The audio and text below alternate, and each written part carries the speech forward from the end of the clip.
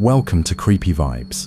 Tonight, we're taking you on a chilling ride through the heart of Texas, where the roads are endless, the winds whisper secrets, and the stories that come from these isolated highways are anything but ordinary.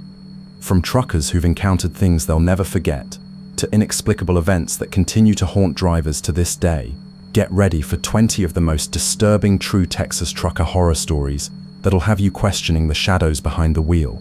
But before we dive in, there's something strange that you should know. Most viewers make one huge mistake. They leave without subscribing, and by doing so, they miss out on the spine-chilling tales that only the bravest dare to hear. Don't be one of them. Hit that subscribe button now, because tonight, the terror has just begun, and it's far from over. So, where are you watching from, and what time is it there? Let me know in the comments, because here, the night is only getting darker, and the stories we're about to unfold are waiting to crawl right under your skin. Now, let's hit the road to the darkest corners of Texas and prepare for a journey like no other. I'm not proud of this, but I have to get it off my chest. It's been eating at me for years, and I can't shake the memory of what happened that night in Odessa. I used to think it was just a bad experience, a moment of pure exhaustion and bad luck. But the more time passes, the more I wonder if something more unsettling happened that night. I've never told anyone about it. Well, except for the guys at the shop, but they brushed it off like I was just seeing things. Maybe I was, I don't know. It was around 2:30 a.m. when I rolled into that godforsaken truck stop just outside Odessa. My headlights sliced through the dark, casting long shadows across the cracked pavement. The kind of place where a guy's truck could break down and you'd be stuck there for hours, maybe days, until someone finally came to help. The air was thick with dust, and the wind howled in the distance like it was trying to warn me off. But I was tired, and my eyes felt like they were filled with sand. I wasn't going to drive another 50 miles to the next stop, so I pulled in, hoping to grab a coffee and maybe a quick nap. The diner was dimly lit, the sign outside flickering like it was on its last legs. The windows were covered in a layer of grime, and the door had a faded sign that read, "Open 24/7. I hesitated for a moment, but my body was screaming for rest, so I pushed the door open. The bell above it jingled, but the sound was hollow, like it was coming from miles away. Inside, the place was quiet. Too quiet. There was a low hum of the fridge in the corner, and the clink of cutlery against dishes from the kitchen. But otherwise, there was no sound. The booths were old, the vinyl seats cracked and peeling, and the floors looked like they hadn't seen a mop in years. The place was barely hanging on, but there was something oddly comforting about it, like an old family home that had been forgotten. I walked up to the counter, where the woman behind the register didn't look up. She was busy wiping down the counter with a rag that had seen better days.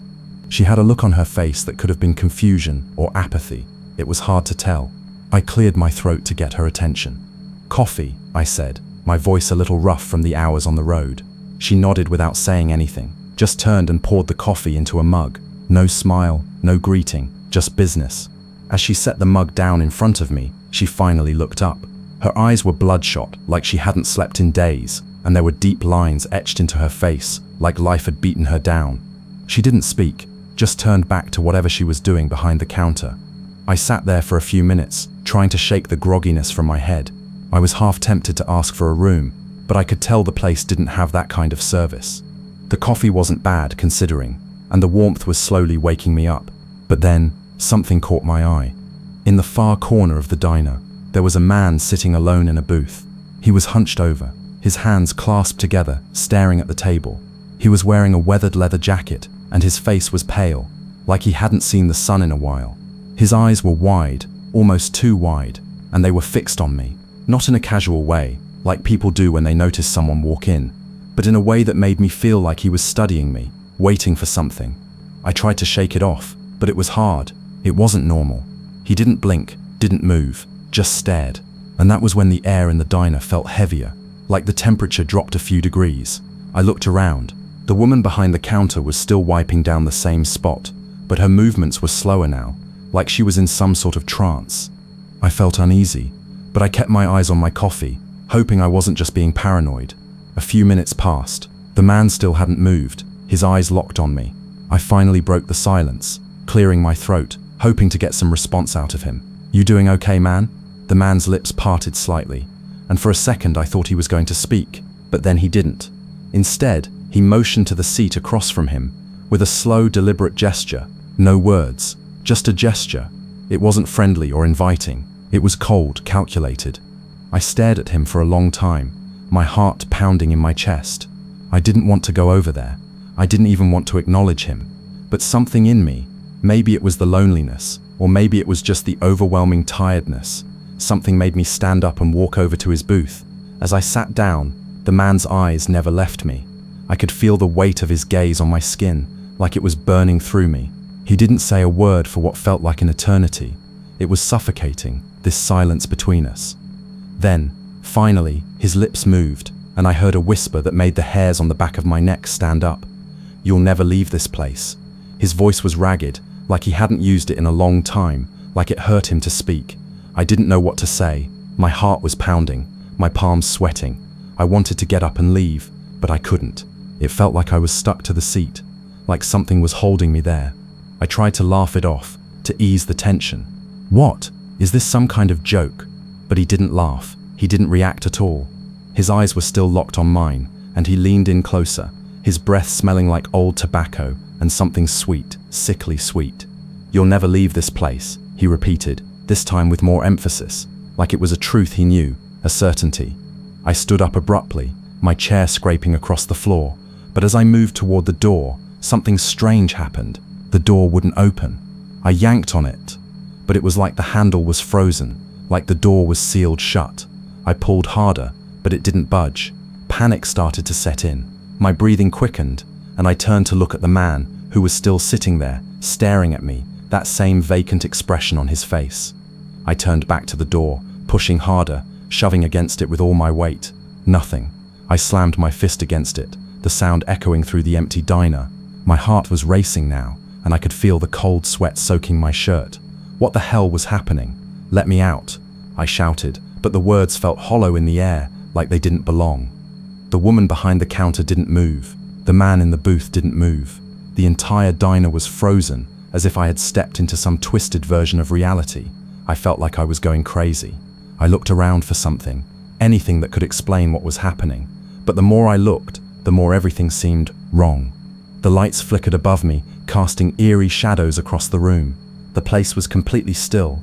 The silence was deafening. And then I heard something, a low, soft whisper, a voice coming from behind me. But it wasn't the man, it was the woman behind the counter. "You should have left," she murmured. I spun around, my heart hammering in my chest.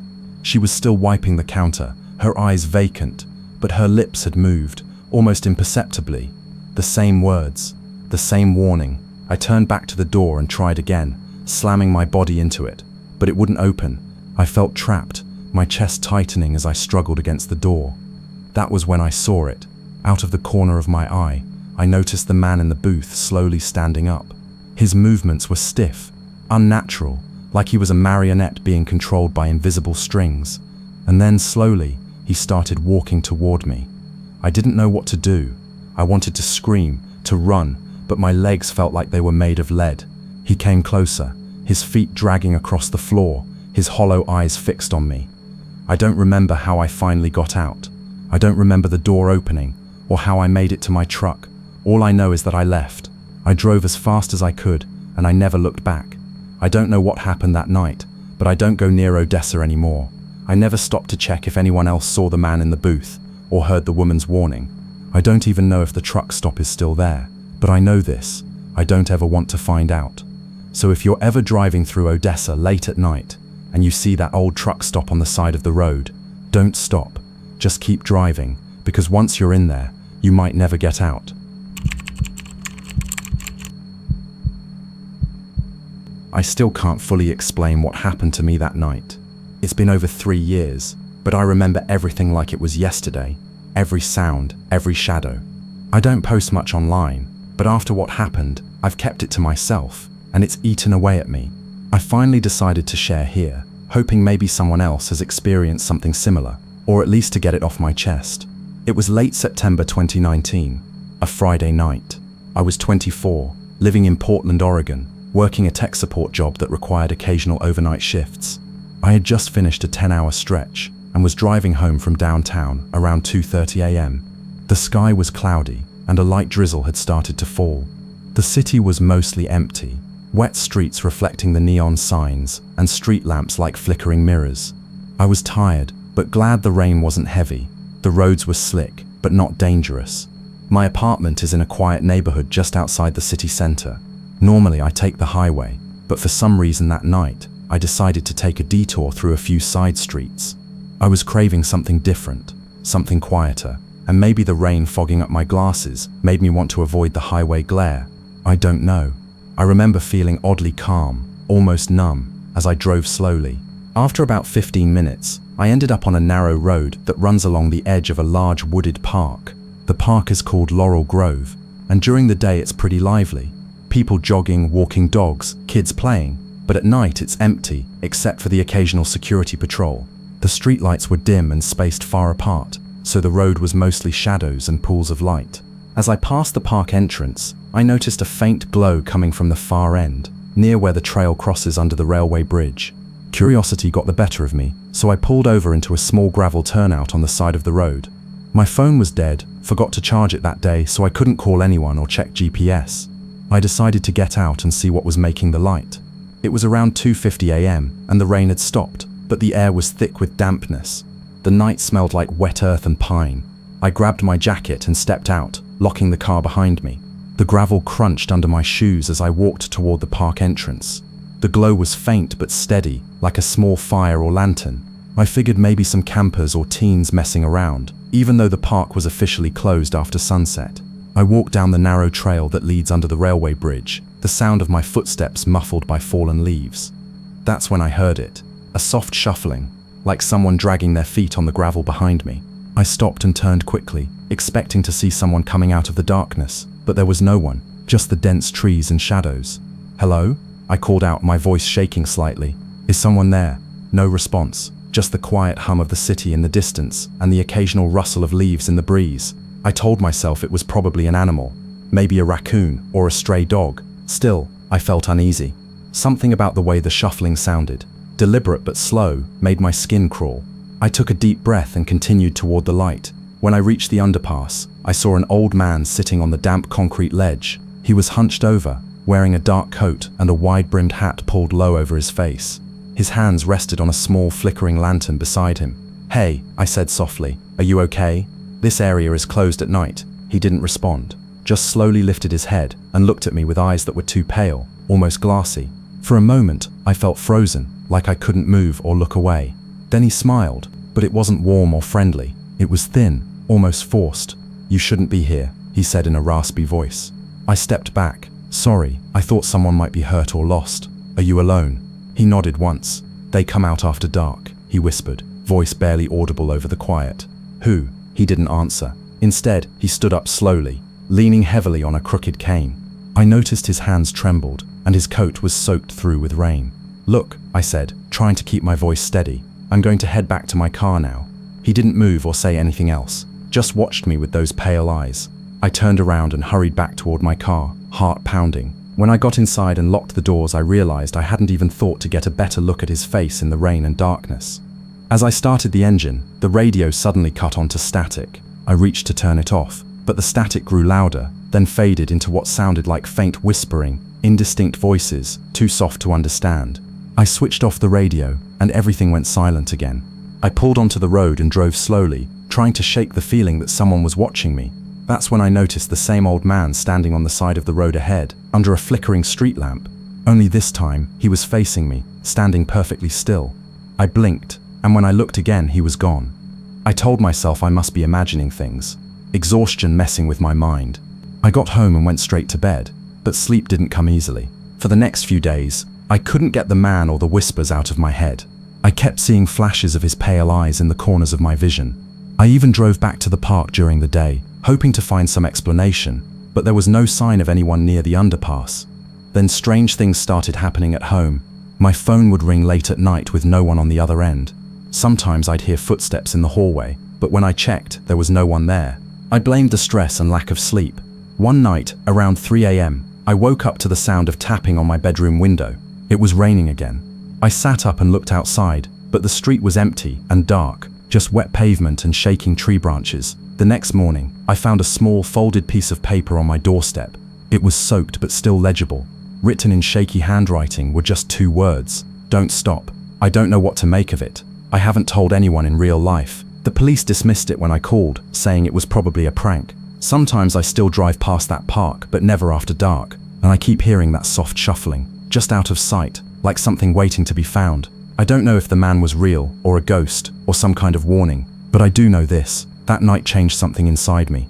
I feel watched, like the shadows are closer now. If you ever find yourself near Laurel Grove after dark, be careful, and if you see a man with pale eyes and a lantern, don't stop, just keep driving, because some things are better left alone. I'm going to share something that's been eating at me for months now. Something I can't explain but still feel compelled to put out there, like maybe someone else has experienced it too, or can at least help me make sense of it. I'm not good with storytelling, and this is raw. I'm typing this up at 2:43 a.m. on a Sunday. The rain's been steady for hours here in Seattle, and I'm wide awake staring at my ceiling. Maybe that's why this memory keeps coming back. It started in late November last year, around Thanksgiving.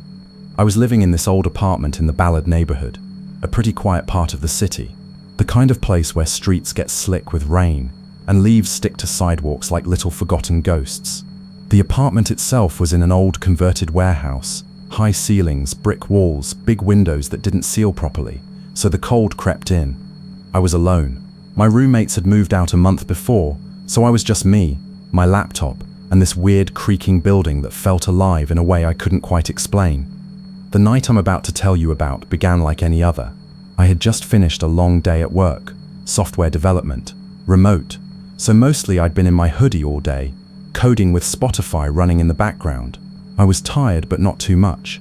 I'd planned to wind down with a couple of episodes of that true crime docu-series I'm obsessed with, and then crash early, because I had an early meeting the next day.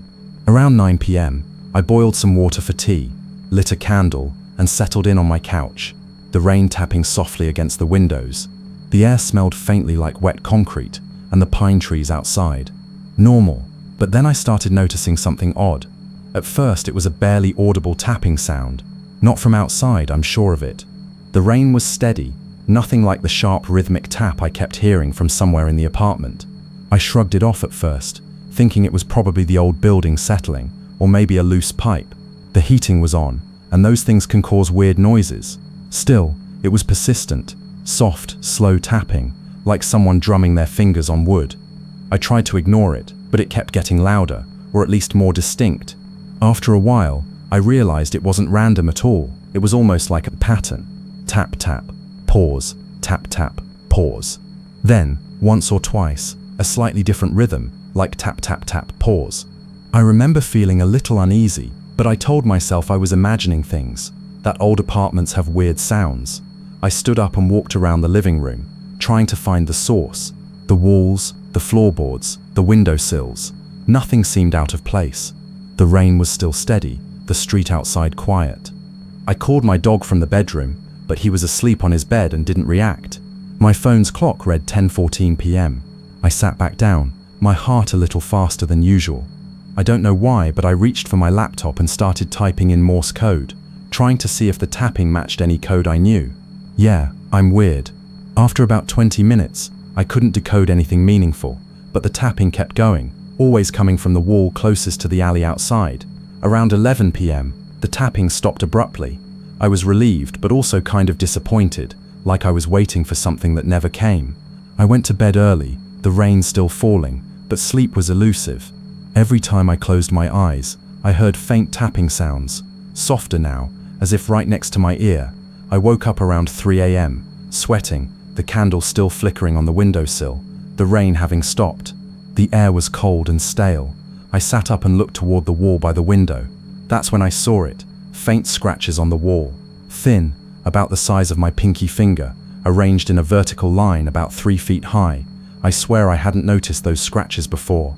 I ran my fingers over them, and the roughness felt fresh, like they'd been made recently.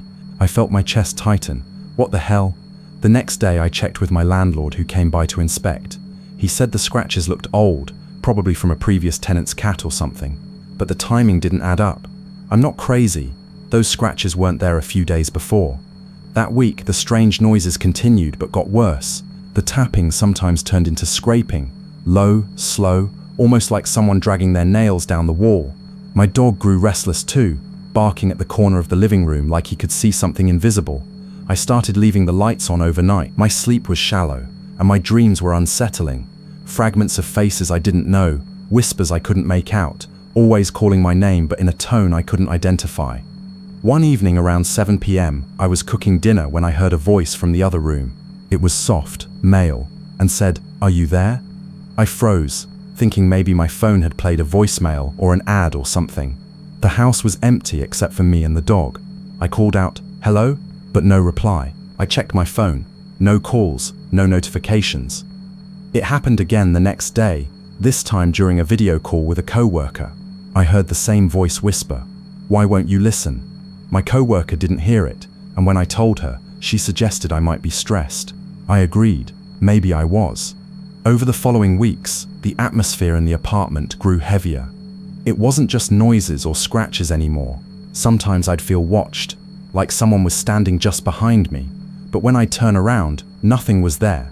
Shadows shifted oddly in the corners. My dog refused to go into certain rooms, growling at empty air. I found objects moved, my keys on the kitchen table where I never put them, a book open on a page I hadn't read in months. I thought about moving but felt stuck. I had no money saved, and it was winter. Plus, a part of me wanted to prove I wasn't losing my mind. Then one night, around 2:30 a.m, the tapping returned, louder and faster. I got out of bed and followed the sound to the wall next to the window. This time the scratches were deeper, longer. As I shined my phone's flashlight on them, I saw that they formed letters, leave. I felt my hands shake. I stood there for what felt like hours, staring at those letters. Then I heard a faint singing. It was almost a lullaby, sung in a language I didn't recognize, haunting and slow. The voice was barely audible, but it filled the room. I grabbed my dog and left the apartment that night, walking the streets until sunrise. When I came back, the scratches were gone. The walls were clean, as if nothing had happened. Since then, I've been living with friends, trying to forget that place.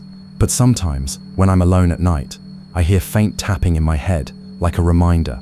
I don't know what it was, or if I imagined any of it. Maybe it was a combination of stress, loneliness, and an old building's quirks. But I can't shake the feeling that something was trying to tell me to leave, and I should have listened sooner. If you've ever felt something like this, please share, because I'm still trying to understand what I went through. I'm not a believer in ghosts or anything like that. Not really, but what happened to me last year still haunts me, and I just need to get it off my chest.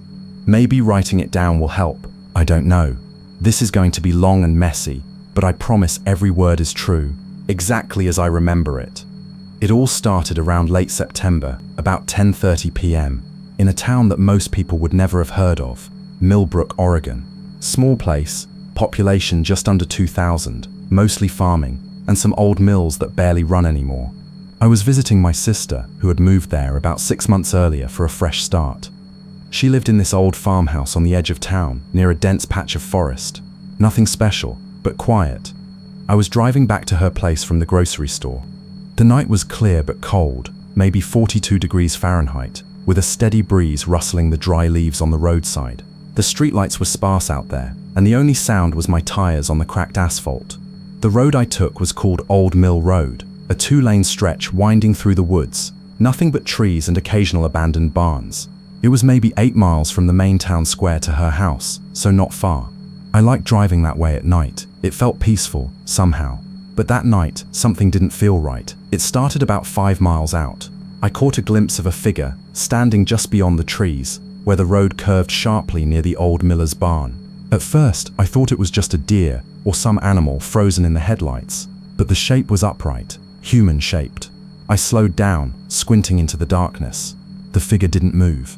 I told myself it was someone waiting for a ride, or maybe a hunter in camo blending into the shadows. I kept going, but my pulse quickened. The air felt heavier. About 2 minutes later, at the next bend, I saw the same figure again. This time it was standing closer to the roadside, like it had stepped out of the woods. It wore dark clothes, maybe a jacket and jeans, but the face was obscured by shadow. I slowed even more, and for a split second, it seemed like the figure was looking right at me. I blinked, and it was gone. That was the first time I realized this wasn't normal. By the time I reached the last mile before my sister's house, I was driving cautiously, eyes darting between the road and the tree line. The moon was bright, but the trees cast long, twisting shadows that looked like they could reach out and grab me. Then, the headlights behind me flickered on, suddenly too bright. I glanced in the rearview mirror and saw a car tailing me at a distance I found unsettling. Too close, but not close enough to pass. The car's taillights were dim, almost like they were fading in and out. I tried to speed up, hoping to shake the tail, but the car matched my every move. If I slowed, it slowed. If I turned sharply, it followed. The road had only one way forward. I couldn't exactly get off and lose them in the woods. I felt trapped. My hands gripped the steering wheel tightly. I debated calling my sister to tell her I was being followed, but decided against it. If the person in the car had bad intentions, maybe it was safer to keep calm and not make a scene.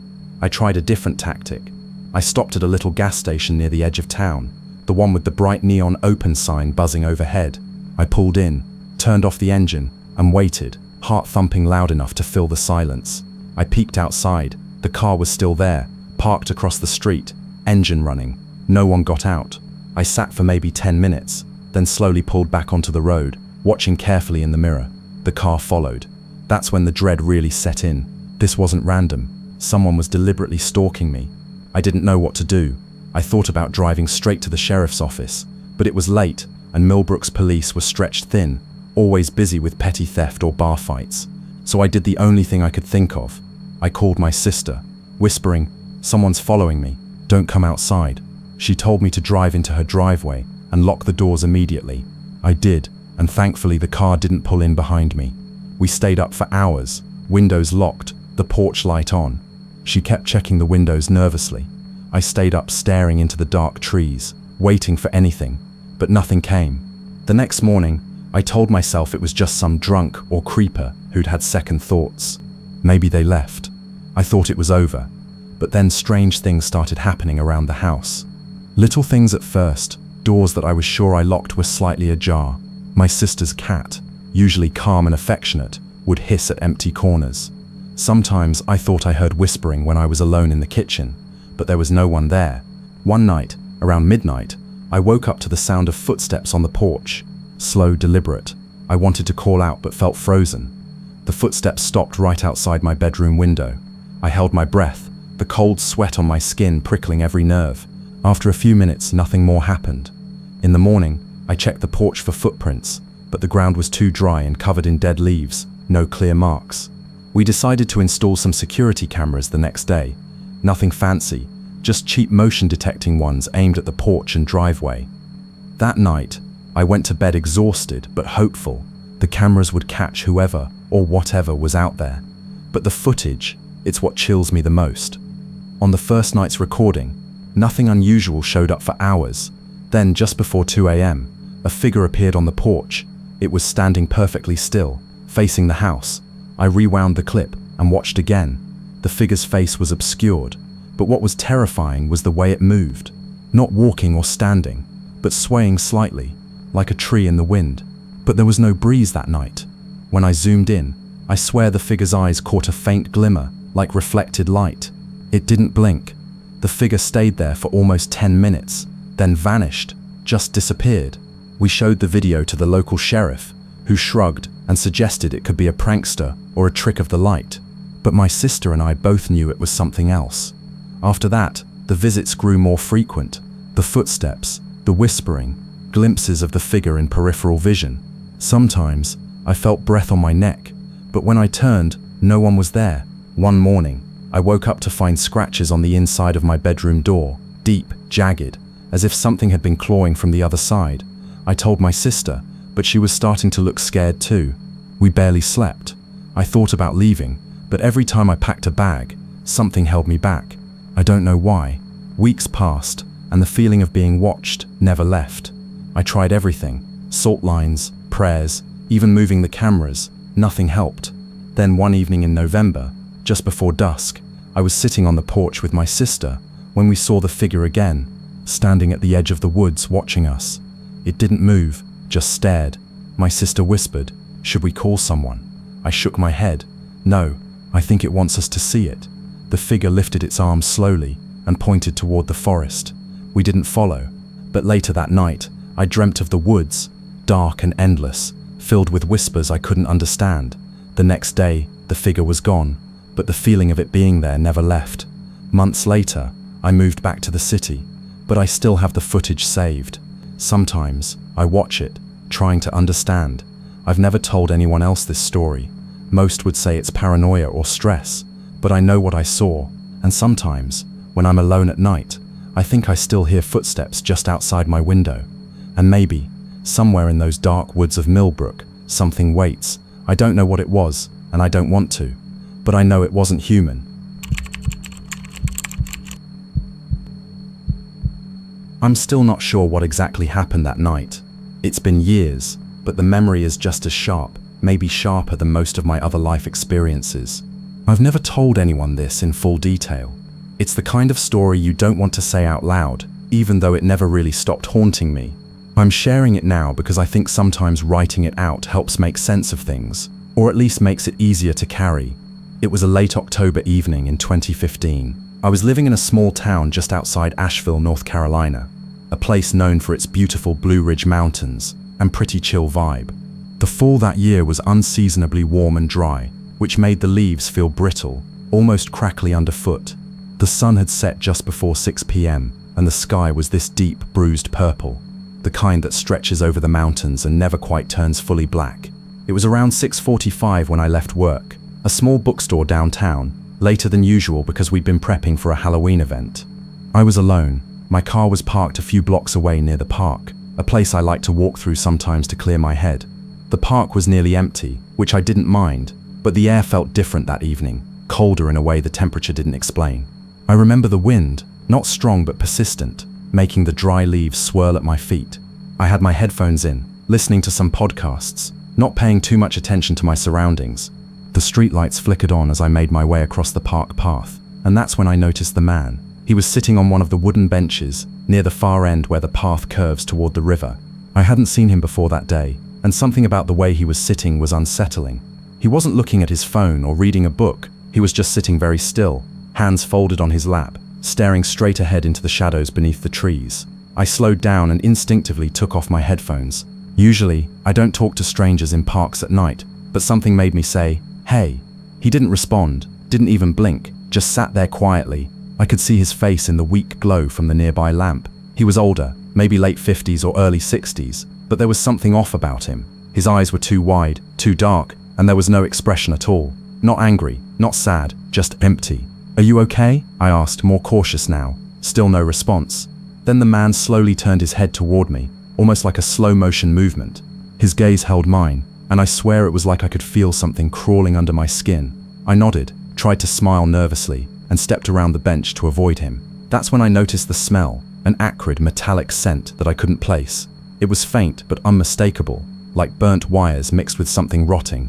It didn't belong in the park. I shook the feeling off, telling myself maybe it was just the old bench or nearby garbage. As I walked away, I glanced back once. The man was still sitting there, staring ahead, but this time his eyes were completely black, like empty holes, and his head was tilted slightly, as if listening. I picked up my pace. I remember telling myself, just go home, it's nothing. But the whole way to my car, I felt like something was watching me, following just beyond the edges of the dim streetlights. I got into my car and locked the doors. The smell was stronger inside, even though the windows were up. It lingered like a ghost that refused to leave. I tried to start the engine, and for a second, the car refused to turn over. The dashboard lights flickered, and I heard a faint tapping on the roof, like fingers drumming slowly, methodically. I looked up quickly, but nothing was there. I chalked it up to nerves. Driving home, the roads were nearly empty. The streetlights stretched into the distance, one after the other, glowing dimly through the mist that had started to settle. About halfway there, my phone buzzed with a text from an unknown number. "Did you see me?" I froze. The car slowed on its own, as if my hands weren't on the wheel anymore. The road ahead blurred slightly, but I was too scared to pull over. My mind raced, trying to convince myself it was a prank or some glitch. I texted back, "Who is this?" No reply. I tried to call my girlfriend, but the signal dropped. The radio switched channels on its own, cycling through static and distant, distorted voices, some whispering, some crying. The temperature inside the car dropped, my breath fogging the windows. That's when the tapping started again, louder this time, coming from the passenger window. I looked over and saw nothing, but my heart was pounding so loud I thought I'd pass out. The road curved sharply ahead, and the headlights caught something standing by the side. A man in a dark coat, looking straight at me, motionless. I slammed the gas and sped past him. When I glanced in the rearview mirror, the figure was gone. I didn't stop until I was in my driveway, doors locked, lights on. I called my girlfriend again, finally got through, and told her I was coming over. I didn't want to be alone. When I got inside her apartment, she noticed immediately how shaken I was. I told her about the man, the texts, the tapping. She suggested I might have been overtired or stressed, but I knew it was something else. I could still smell that rotten metallic stench on my clothes, and I'd seen those eyes. Over the next week, I kept seeing that man in my peripheral vision, on my way to work, across the street, just standing silently in doorways or alleys. Every time I looked directly, he was gone. My phone kept getting messages from that unknown number, always short, cryptic, sometimes just a single word. Waiting, near, here. I started sleeping badly. Every night, I dreamed of the park bench, the empty eyes, and the tapping on the car windows. But when I woke up, there was no logical explanation. I tried telling friends, but they thought I was joking or stressed. I stopped going to the park, avoided driving alone at night, but the feeling never left. Sometimes, I'd wake up and find scratches on my arms, or that same acrid smell lingering in the air. Months later, the man disappeared. The texts stopped, the sightings ended, but the smell never fully went away in my mind. I never went back to that park after dark. I don't know if it was some psychotic break or something more sinister. The most terrifying part is that I never found out why or what it wanted. Sometimes, when I'm alone late at night, I still hear tapping, soft, deliberate, like the man is still out there, waiting for me to look. I don't even know where to start with this. I've been trying to shake it off for weeks now, but it just won't go away. I figured maybe putting it out there would help. So here I am, writing this all down. Please, just hear me out. It all started around mid-November last year. I live in a small town in northern Pennsylvania, near the Allegheny National Forest. It's the kind of place where the winters get dark and cold early, and the roads wind through the trees with hardly any streetlights. I was on my way home from work one evening, around 6:30 p.m. It was late autumn, and the sun had just dipped below the horizon, leaving a dull blue-grey light that faded fast. The sky was overcast, and there was a chill in the air that made me pull my jacket tighter. That night, I took a route home I hadn't used in a while, a back road called County Road 87, that cuts through a stretch of forest before connecting to the main highway. It's usually quiet, but I liked it because it saved me about 15 minutes. The road is narrow and lined with tall pine trees, so it gets pretty dark fast. My headlights barely cut through the gloom. As I drove, the only sound was the tires on the asphalt and the occasional rustle of wind through the branches. About halfway through the forest, I passed an old wooden sign marking a hiking trail I'd never taken before. I noticed a figure standing just off the side of the road near the trailhead, but I couldn't make out much. It was mostly shadow. My first thought was maybe a hunter or someone waiting for a ride. I slowed down, then glanced away, thinking it was nothing. The figure didn't move. A few minutes later, my car started to sputter, like it was running low on gas, or something was wrong with the engine. I glanced at the dashboard, and the fuel gauge was barely above empty. Odd, because I could have sworn I filled up 2 days ago. I started feeling uneasy, but tried to stay calm. It was still about 10 miles to the next gas station. Then out of nowhere, the engine stalled completely, and the car went dead. My headlights flickered once, then went out. The only light left was the faint glow from the dashboard's clock, 6:57 p.m. I was stranded in the middle of this dark forest road, with no cell service. I tried to start the car again. Nothing. Panic began to creep in. I grabbed my phone to check for signal. No bars. I locked the doors and sat there, waiting, trying to think. Then I heard something. The faint crunch of footsteps on gravel from behind the car. I spun around slowly. At the edge of the tree line, a man stepped out. He was tall and thin, wearing a dark jacket and a beanie pulled low over his forehead. His face was mostly shadowed, but I could tell his eyes were fixed on me. "Hey," I said, voice shaking more than I wanted. "Can you help me? My car died and I don't have any signal. He didn't answer, just kept walking closer. I locked my door again and started backing up slowly. Look, I don't want any trouble, just passing through, I said, trying to keep my voice steady. He stopped about 10 feet away and finally spoke. You shouldn't be here, he said, voice low and gravelly. What do you mean? This road, it's not safe after dark. I just need to get to the gas station down the road. Can you help me? He looked at me for a long moment, then stepped back toward the trees and disappeared without another word. I sat frozen for what felt like forever. Then, gathering my nerve, I unlocked the doors, grabbed my jacket, and decided to try walking to the gas station. It was about 3 miles away, but at least it was something. I left the car running to keep the interior light on and started down the road on foot. The air was sharp and cold, and the only sounds were my footsteps and the occasional hoot of an owl. After maybe 20 minutes, I saw lights up ahead, the gas station. Relief washed over me. When I got inside, the clerk was an older woman with tired eyes. I explained my situation, and she let me use her phone. No signal on mine, but hers worked. I called roadside assistance and told them where I was. They said it might be an hour or more. I bought a bottle of water and sat by the counter, trying not to think about the guy in the woods.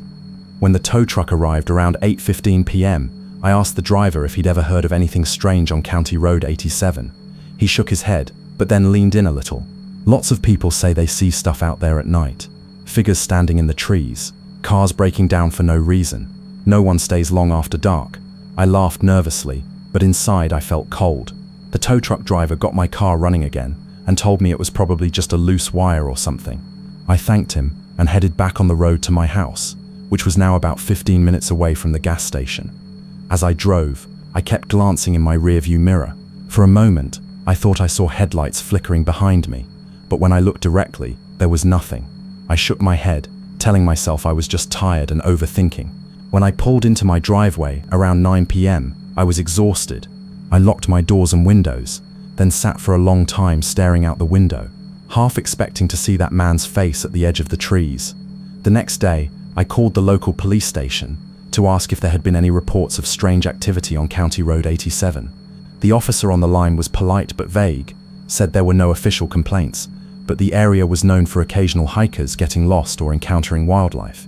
I didn't mention the man. Over the next few days, I kept feeling like I was being watched. When I walked to the mailbox, I felt eyes on me from the tray line behind my house. When I drove at night, I kept thinking I saw someone standing by the side of the road, just out of the corner of my eye. A week later, my car started acting weird again. Sometimes it would stall for no reason. Sometimes the radio would switch on by itself to a static-filled station. The gas gauge would drop suddenly, even after a full fill-up. I took it to a mechanic, who found nothing wrong. One night, I woke up to the sound of footsteps outside my bedroom window. I live on a quiet street with only a few neighbors, and the house behind mine was empty. I grabbed my phone, turned on the flashlight app, and peered through the curtains, but saw nothing. The next morning, I found muddy footprints on my porch, big ones, like someone had been standing there for a while. No sign of anyone in the neighborhood. I told a friend, and she suggested maybe I was just stressed and imagining things. Maybe I was, but then last week, I received a text message from an unknown number. It was just one word: leave. I don't know who sent it. I've blocked the number, but more texts came, all short, cryptic. You're being watched. Not safe here. Don't look back. I haven't told anyone else. I feel paranoid. Sometimes I catch myself checking over my shoulder constantly, even in my own home. Yesterday, I went back to County Road 87 to see if I could find any clues, anything that could explain what's been happening. When I reached the spot near the hiking trail, the old wooden sign was gone. There was no sign of a path, just dense forest. It was like the trail had been erased. I got out of the car and walked a little into the trees. I found nothing but broken branches and dead leaves. But then I heard a voice whisper behind me, so soft I barely caught it. You shouldn't be here. I spun around. Nothing. I'm writing this now, sitting in my living room with all the lights on. I'm not sure what to do next. I can't tell if this is some cruel prank, a stalker or something else, something I don't understand. I don't know if I'm safe. I just know that whatever this is, it's still out there watching, waiting. If you're reading this, please be careful out there. Some roads you think are shortcuts aren't. Some trails you don't see might be better left alone. I'm leaving town soon. I'm packing tonight. I just hope that's enough. Hey everyone, I don't really know how to start this, but here goes. I've never told anyone this story before. It's been eating at me for years, and I just need to get it out there, hoping maybe someone can tell me what the hell actually happened. This is all true, every weird detail. It's long, but I promise it's worth reading. It happened about 6 years ago, late October 2019. I was living in Portland, Oregon, working a temp job while figuring out what I wanted to do with my life. One night, I had just finished a late shift at a 24-hour diner downtown, around 2:30 a.m. The weather was typical fall, cold, damp, and fog rolling in off the Willamette River. I decided to walk the 2 miles home rather than wait for the bus, which was scheduled to come in about 20 minutes. The streets were mostly empty, except for the occasional car.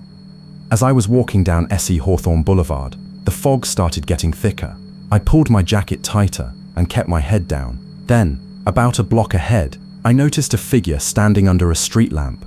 It was hard to make out much because of the fog and dim light, but it looked like a man, maybe in his 30s or 40s, wearing a long dark coat and a hat. He was just standing there, completely still, staring in my direction. Normally, I wouldn't have thought twice about seeing someone at night on a busy street, but something about the way he was standing, it felt off, like he was waiting for me. I slowed down without meaning to, trying to look casual, but my heart started beating faster. The fog swirled around him, and I swear the street lamp flickered briefly. I passed by him, trying to keep my eyes ahead, and that's when I heard it. A faint whisper, so low I almost thought I imagined it. But then I was sure I heard my name, Ethan. I didn't look back. I hurried up the street, my footsteps echoing, and glanced over my shoulder only once when I was a few yards past. He was gone. The street lamp was just a dull yellow glow now, and no sign of anyone standing there. I told myself it was some drunk guy, or maybe a prank. I laughed it off and got home around 3 a.m., locked my door, and tried to sleep. That was just the beginning. Over the next week, strange things started happening. The whispering. At first I thought it was tinnitus, or the wind messing with me, but sometimes it was too clear. Always my name, or sometimes phrases like "you're alone," "don't look back," or "I'm here." It happened at random times, while I was walking home, sitting alone in my apartment, even once at work when the diner was packed. No one else seemed to notice. Sometimes I'd catch a glimpse of movement in the corner of my eye, a shadow slipping just out of focus. I told a friend about it, and they joked I was going crazy. Maybe I was, but it felt so real. One night, about a week later, I was walking the same route home again. The fog was thicker than usual, the street lamps casting strange halos in the mist. As I passed by the same spot under the lamp where I'd seen that figure, I swear I heard breathing, deep, slow, right behind me. I froze. The street was empty. I looked over my shoulder, but no one was there.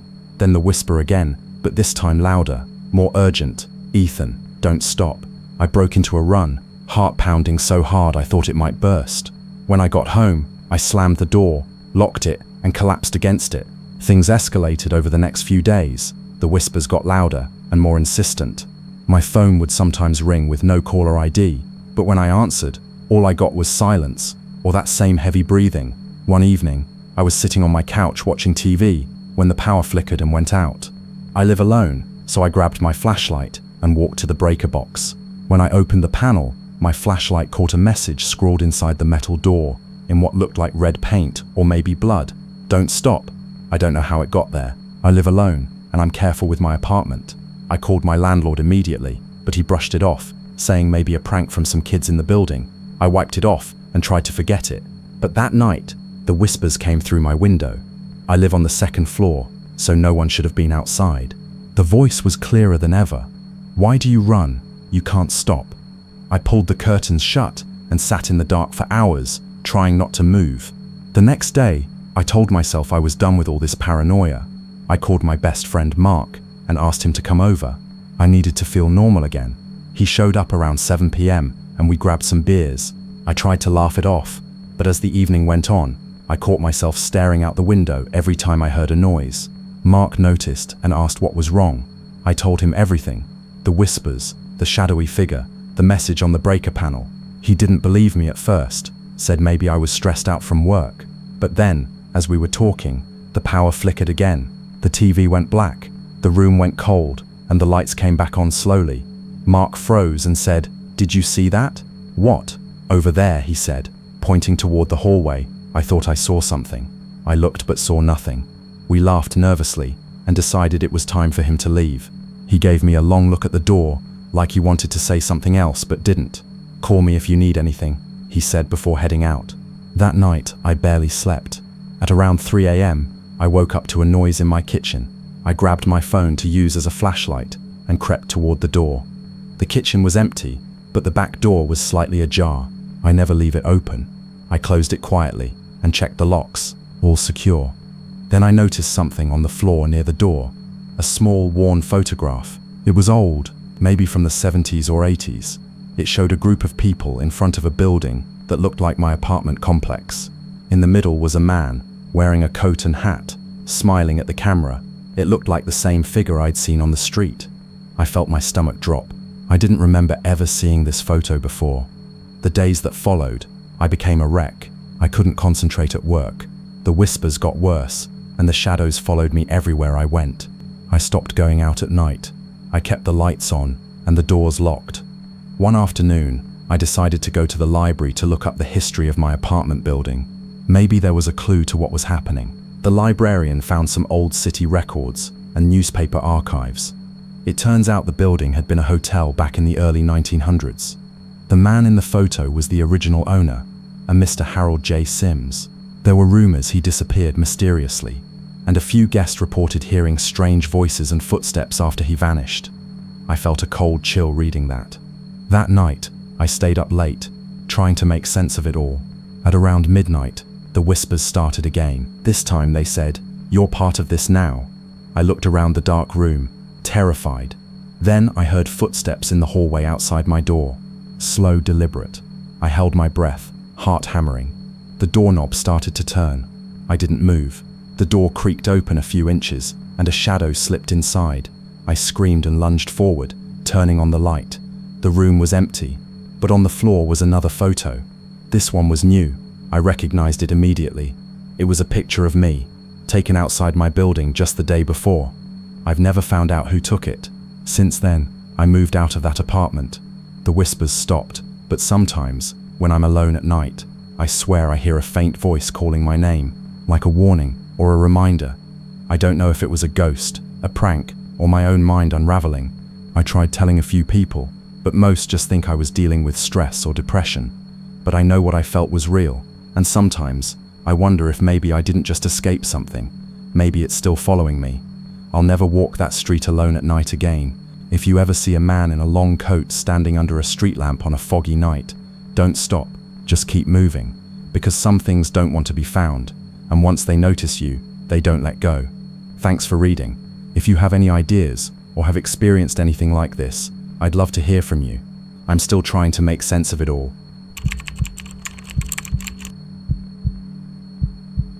I never thought I'd be the kind of person to have a story like this, but after what happened, I had to get it off my chest somewhere. This all took place about 3 years ago, in late October, right before Halloween, which makes it feel even weirder in hindsight. I was living alone in a small apartment in a quiet suburb just outside Portland, Oregon. I had just started a new job in tech support that had me working the graveyard shift, 11 p.m. to 7 a.m. My schedule was already screwy, but I liked the quiet. Most people were asleep while I worked, so it was easy to focus, and I could come home and decompress before going to bed in the morning. This story starts on a Tuesday, October 23rd. The weather that night was typical for fall in Portland, foggy and damp, with the streetlights casting halos in the mist. I remember glancing at my phone right before leaving the office. It was 11:45 p.m. I was heading home, and the streets were nearly empty. I usually take a well-lit route to avoid dark alleyways or poorly maintained sidewalks. That night, I decided to take a shortcut through a nearby park to save 5 minutes. It was a small park called Lincoln Park, not far from my apartment, usually safe during the day but a bit eerie at night with the tall trees and minimal lighting. I was halfway through the park, walking along the paved path under dim street lamps, when I first noticed something odd. A man, maybe late 30s or early 40s, was standing near one of the benches. He was wearing a dark coat and a baseball cap pulled low over his face. I could barely make out his features in the fog, but he was just standing there, staring at the ground. I felt a little uneasy, but I kept walking, telling myself he was probably just waiting for someone or taking a break. The park was mostly deserted, save for a few cars passing on the street nearby. Still, the hair on the back of my neck prickled.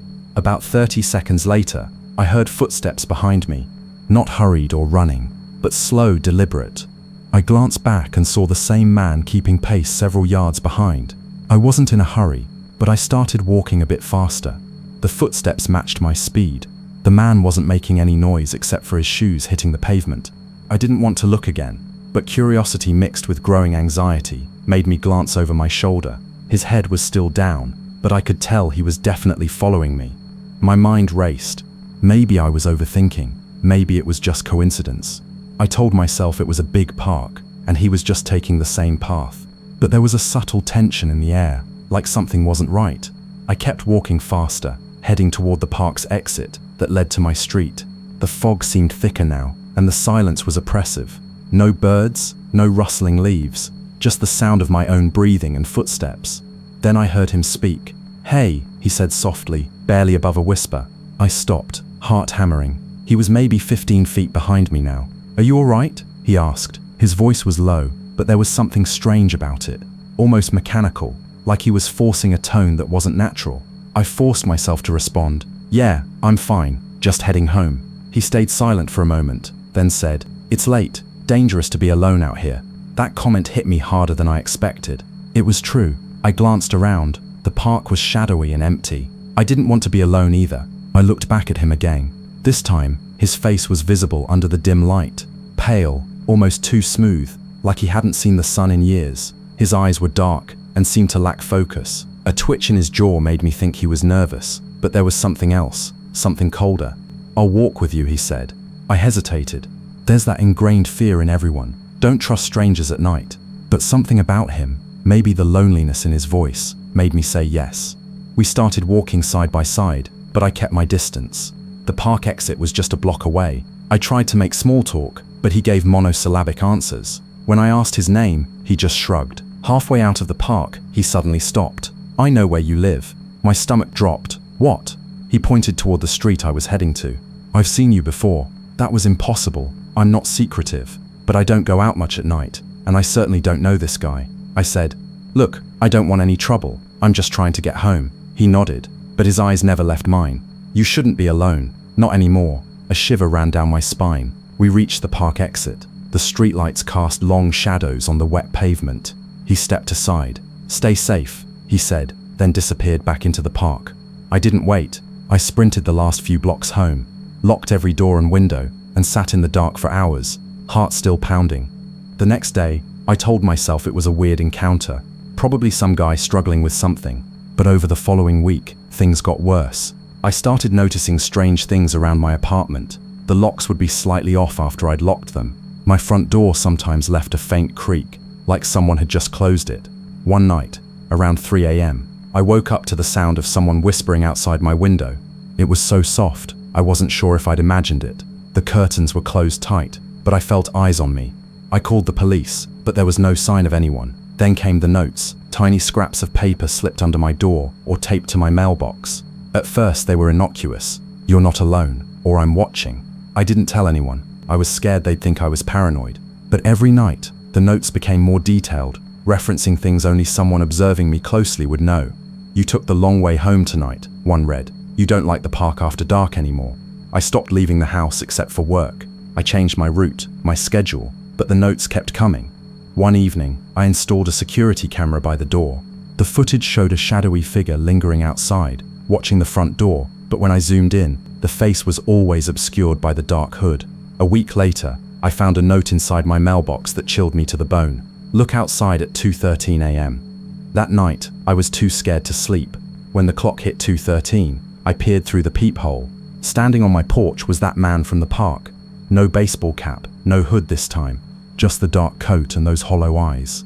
He looked right at the door, then slowly lifted his hand and pressed it against the glass. I ran to the door, locked it tighter, and called the police. When they arrived, he was gone. No trace, no prints. The police suggested it might be a stalker, maybe someone mentally ill. I filed a report but got no real help. After that, I tried to leave town. I told my manager I needed time off, but she said no. So I stayed, spiraling into paranoia. Then, one morning, around 5 a.m., I woke up to my phone buzzing. A text from an unknown number. "You're safe now." I checked outside. No one there. No more notes. No more sightings. But I never felt safe again. Sometimes, I catch movement in my peripheral vision. Shadows just out of focus. I swear I hear footsteps pacing outside on quiet nights.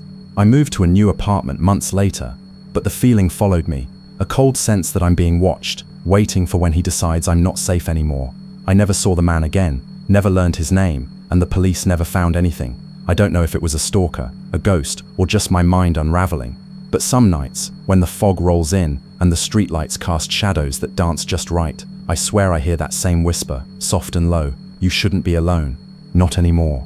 If you're reading this, be careful walking alone at night.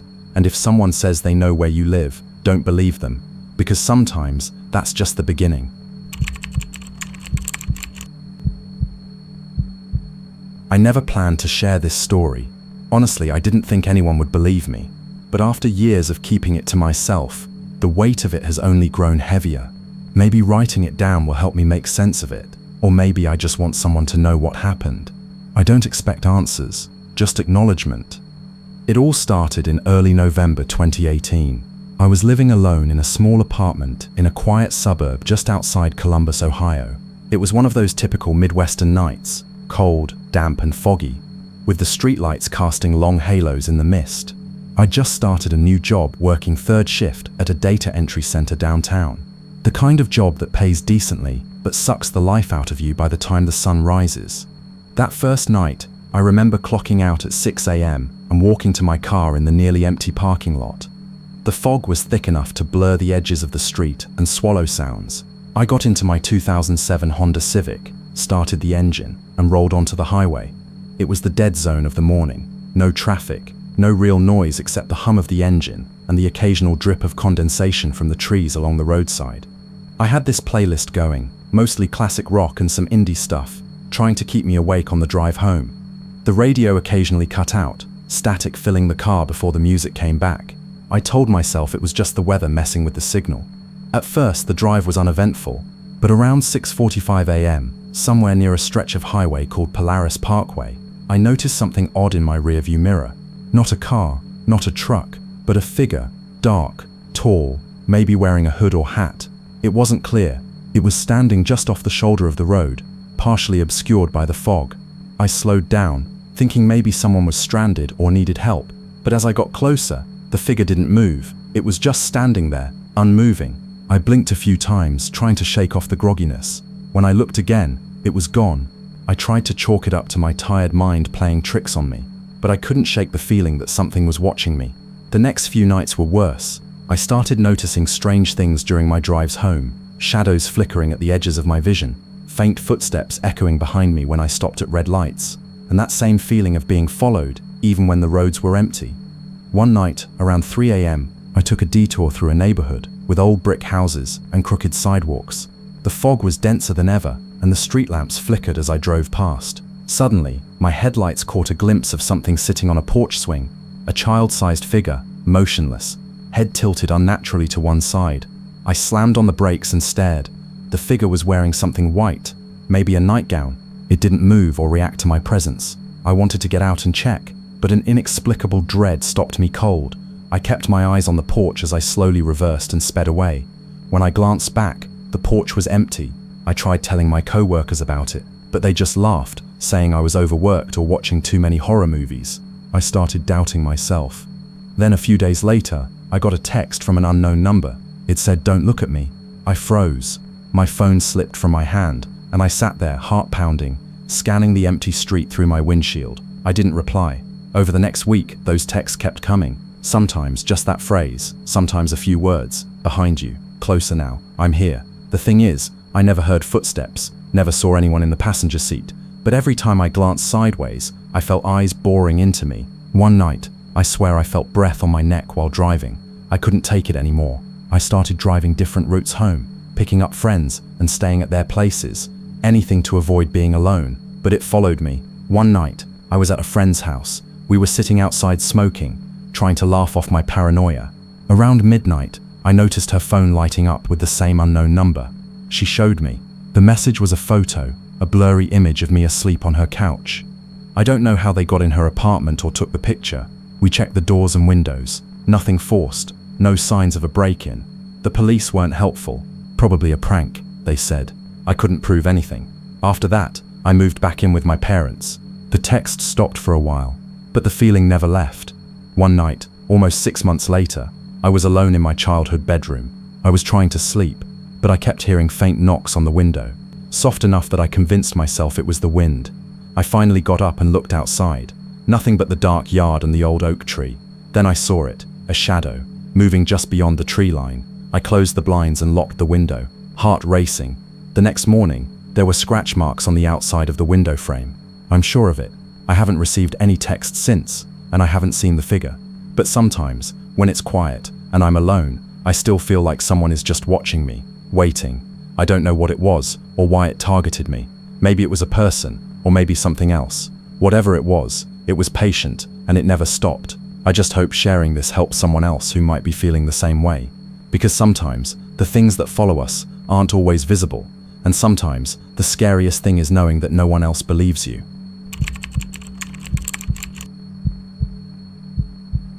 I still remember the exact night it started, and I think that's part of why it stuck with me for so long. It was early October, the kind of night when summer is long gone, but winter hasn't quite settled in yet. The air was crisp, maybe around 7 or 8 degrees Celsius, and the wind was just strong enough to rattle the dry leaves along the sidewalks. I lived in a small town in northern Michigan, not much more than a collection of houses, a couple of convenience stores, and a main street that all the old folks swore used to be bustling decades ago. By 9 p.m., the streets were mostly empty, except for the occasional dog walker or late shift worker. That night, I was driving home from a friend's place, an uneventful trip that usually took about 15 minutes. I had left around 9:30, and I remember it was overcast, the moon barely visible behind thick clouds. The roads were wet from an earlier drizzle, but at that moment it was dry again. I had the radio on low, some late-night indie playlist, and I was just zoning out, hands relaxed on the wheel, thinking about the week ahead. As I got closer to the edge of town, I took the usual shortcut down this narrow, winding road called Hawthorne Lane. It's a weird little stretch, lined with these dense clumps of maple and pine trees, and the streetlights are spaced so far apart that at some points it's almost pitch black. There's no sidewalk, just dirt on either side, and sometimes you get a glimpse of the small creek that runs parallel to the road. That night, as I rounded a sharp bend, I saw something, or someone on the side of the road. At first I thought it was a deer or some animal, but as I slowed down I realized it was a person, a man, standing still with his back to me, about 15 feet off the shoulder. He was tall, thin, wearing a dark hoodie and jeans, but what really caught my attention was that he was completely motionless, no shifting weight, no head turning, just standing there like a statue in the shadows. I slowed the car even more, thinking maybe he needed help. I rolled down the window and called out, "Hey, are you okay?" No response. I glanced over, but when I did, he hadn't moved an inch. The street light flickered above us, casting weird shadows on his face, or at least what I could see of it. Something about him made me uncomfortable. I don't know if it was the way he was too still, or that his head was slightly tilted, like he was listening to something only he could hear. I was about to ask again, when suddenly he turned around quickly, and I swear, the look in his eyes, it wasn't human. It wasn't angry or sad or scared. It was empty, like those black plastic eyes some dolls have, except this was in a living person's face. The kind of emptiness that makes your skin crawl because it feels like you're looking into a void that could swallow you whole. I slammed the gas and drove past without another word. For the next few minutes, I kept checking the rearview mirror, half expecting to see him running after me, but he never moved from where he stood. Eventually, the road straightened out, and the dense trees gave way to houses and streetlights again. My heart was pounding, but I told myself I was just overreacting. Maybe he was some homeless guy, maybe drunk or something. It wasn't like me to get scared over something like this. But that was only the beginning. Over the next week, I started seeing that same figure almost every night, always in that same spot on Hawthorne Lane. I began to take different routes home to avoid it, but sometimes I had no choice. Each time, the man was exactly the same, still silent, with those dead black eyes staring at me no matter how far away I was. Once, I even caught him in my rearview mirror, at a red light several blocks away, standing just on the edge of the trees, like he was waiting for me to notice. One night, I called a friend, Mark, and told him what I was seeing. He laughed it off, said I probably just needed to slow down and not let my imagination run wild. But the thing is, it wasn't just the man on the road anymore. Small things started happening around me that I couldn't explain. My phone would ring late at night, no caller ID, just silence when I answered. Doors that I was sure I locked would be slightly ajar in the morning. Once, I found a single muddy footprint on the floor of my living room, but I live alone and it hadn't rained that day. I started feeling watched everywhere. At work, at the grocery store, even in my own house, like someone was just out of my sight, watching, waiting. My dreams got worse too, always about that man, or the road, or endless black trees closing in on me. One night around 2 a.m., I woke up to the sound of tapping on my bedroom window. I live on the second floor, and I'm certain no one could have climbed up there without me hearing them. I turned on the light, grabbed my phone, and looked outside. Nothing but the dark yard and the old maple tree swaying in the wind. No footprints, no shadow. After that night, I stopped sleeping in my room. I'd crash on the couch or sometimes stay at Mark's place. But it was getting harder to avoid that feeling of being hunted. It all came to a head about 2 weeks after I first saw the man. I was driving home late, maybe 11:45 p.m., after a long shift at the diner. The sky was clear, stars out, and the air smelled like wet earth and burning leaves. When I hit Hawthorne Lane, the man was there again, closer than usual, standing just a few feet from the road under that flickering streetlight. But this time, I didn't slow down. I kept my eyes on the road, trying not to look at him. Then I heard a voice, soft, raspy, barely audible. "Why don't you stop?" My heart froze. I glanced over and saw his mouth moving, but his face was still the same blank, dead thing. I wanted to scream, to turn around and run, but my hands gripped the wheel tight. "Who are you?" I whispered. No answer, just silence, then the wind picking up, swirling leaves in a circle around him. Suddenly, headlights from another car appeared behind me, blinding me. When I looked forward again, the man was gone. I didn't stop until I was inside my driveway, doors locked, heart pounding so hard I thought it would burst. After that night, the sightings stopped, but the paranoia didn't. I couldn't sleep properly, couldn't shake the feeling that something was still out there, waiting. Then, about a month later, I was scrolling through local news online when I saw a headline: "Man missing on Hawthorne Lane. Last seen October 8th. The article said a hiker who frequented the woods along the road disappeared without a trace. The description fit the man I'd been seeing. Thin, wearing a dark hoodie. The kicker? The disappearance happened the same night I first saw him. I never told anyone about the man again, but sometimes when the wind blows just right, or when I'm driving down a dark, quiet road, I think I hear that raspy voice whisper behind me, "Why don't you stop?" I don't know what he was or what he wanted, but whatever it was, it's still out there. And sometimes I'm afraid I'm next. I still don't know if what I experienced that night was real, or some kind of nightmare I'm trapped in, but I have to tell someone about it. I guess posting it here feels like the only way to get it out. Maybe you've had moments like this, where reality itself just feels wrong, and you can't shake the feeling that something's watching you. This is one of those. It happened about 3 years ago in early November. I live in a small town in upstate New York, not much around except some farms, old houses and the highway that cuts through the middle. That night the weather was typical for November, cold, damp, with a thick fog rolling in off the nearby river. Around 11:45 p.m., I was driving home from a friend's place about 20 miles away, taking the back roads to avoid the highway traffic. The sky was overcast and streetlights were few and far between. The fog was so dense it looked like the headlights barely cut through it. I remember feeling uneasy the whole drive, but I shrugged it off as being tired from a long day. There's this stretch of road about 5 miles long called Mill Road. It's narrow, 2 lanes, with thick woods on either side that almost seem to close in. I was halfway down it when my headlights caught something ahead, a figure standing still on the side of the road. It looked like a man, wearing a long dark coat, standing perfectly still and watching me. I slowed down, trying to get a better look, but as I got closer, the figure stepped back into the shadows and vanished. It was weird. No movement, no sound, just gone. I thought maybe I imagined it because I was tired, or maybe some local weirdo standing around. But then, as I kept driving, I kept catching glimpses of the figure, not beside the road this time, but reflected in my side mirrors, or sometimes just out of the corner of my eye. Every time I looked, it was there, just standing or watching, always in the shadows, just barely visible. My heart started pounding. I tried to focus on the road, telling myself it was a trick of the light, or my mind playing tricks on me. The fog was messing with visibility, I figured. But then about 2 miles down the road, I hit a patch of ice and had to brake hard. My car fishtailed a little before I regained control.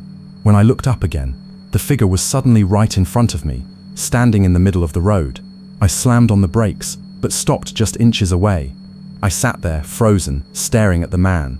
He was pale, with an expressionless face, eyes so dark I couldn't tell where the pupils were. The fog swirled around him, making his outline look like it was flickering. He didn't move or say anything, just stood there, looking straight at me. After what felt like an eternity, he slowly raised one hand, pointing directly at me. The cold in my chest turned to ice, and I just floored the accelerator, speeding past him. I didn't stop until I reached the next town, where the streetlights were brighter and people were around. I pulled into a gas station, heart racing, hands shaking. I asked the attendant if anyone had been standing on the road, or if there had been any reports of people in dark coats. He looked at me like I was crazy, said nothing unusual had been reported. I drove the rest of the way home, but I couldn't shake the feeling that I was being watched. That night, I kept checking the windows, locking the doors multiple times. When I finally fell asleep, I dreamed of the man standing silently in the fog, pointing at me. Weeks later, I asked around about Mill Road, trying to find any stories or reports of strange occurrences. Some older locals mentioned a man who died years ago on that stretch, some kind of drifter or hitchhiker who disappeared mysteriously. Nobody knew exactly what happened, but people avoided that road at night. I haven't driven down Mill Road since, but sometimes, especially on foggy nights, I swear I see a dark figure standing just at the edge of the woods, watching silently from the shadows, waiting. I don't know if it's some twisted ghost, a trick of my mind, or something worse. All I know is that I'll never forget the way those empty eyes looked at me, or how the cold inside me hasn't gone away. If you ever find yourself driving alone late at night, on a lonely road, and you see a figure standing silently in the fog, just don't stop, keep driving. Whatever it is, it doesn't want to be seen, and it definitely doesn't want you to stay. I'm gonna get this all out in one go, so bear with me. This is something that happened to me about 2 years ago. I've only ever told a couple of close friends, but I'm posting here because I can't make sense of it, and I need someone else to hear this. Even if it's just strangers online, it still haunts me. It was a Friday night in late October, around 10:30 p.m. I was driving home from a late shift at a small tech support job in a pretty rural area, northern Pennsylvania, near the outskirts of a small town called Millersville. The weather was cold, about 38 Fahrenheit, and there was a slight drizzle, the kind that soaks you without really drenching you. The kind of rain that just makes the roads slick and the world a little more washed out and grey. Typical fall night, fog starting to roll in from the woods that flank the highway. I was tired but looking forward to just crawling into bed and binge watching something to decompress. I took the usual back roads to avoid the highway traffic. I've always preferred those quiet, winding roads where the speed limit is low and the trees crowd close to the asphalt. There's something calming about being surrounded by darkness and trees, even if it's a little creepy sometimes. I wasn't paying much attention, just zoning out to some podcasts. About 15 miles from home, I passed this long stretch where the road dips into a hollow, a small valley lined with old trees and abandoned farmhouses. I passed the last house, then a bend in the road when I saw it. A rusty old pickup truck parked on the shoulder, just off the road. It was completely dark, no taillights or headlights on. It looked like it had been sitting there for a long time, faded paint, flat tires, vines starting to creep up the wheels. What really caught me was how out of place it felt. It wasn't a usual abandoned truck like you'd expect on the side of some country road. This one felt like it was waiting for something, like it was alive or holding its breath. The engine was running, I'm not joking. I glanced over, and the truck was humming, the low growl of the engine steady and quiet in the cold night air. I slowed down, then pulled over a few feet past it, my heart ticking up a little, because I knew I should just keep going, but something made me stop. I grabbed my flashlight from the passenger seat and stepped out. The rain was picking up, cold drops pelting my jacket. The road was dead quiet except for the engine noise. I walked back slowly, the flashlight beam cutting through the mist. As I got closer, I saw the truck cab was empty, or so I thought at first. Then my light hit the driver's seat and froze me in place. Sitting there was a figure, but it wasn't a person. It was like a black hole where a person's face should be, a dark void with no features at all. The rest of the figure was almost translucent, like the shadows had shaped themselves into something vaguely human. It was sitting perfectly still, hands on the steering wheel, facing straight ahead. I blinked and looked away for a second, telling myself it was just my eyes playing tricks in the dark. When I looked back, the figure was still there, but the truck suddenly revved louder, like it was trying to start moving. Then I swear I heard something, a whisper, barely audible over the engine. Right in my ear, it said, "Get out." I spun around, heart pounding. There was no one behind me. The road was empty, the fog swirling thick. I felt this sudden rush of panic. I didn't stop to think anymore, just jumped back in my car and slammed the door. The engine of the truck died instantly.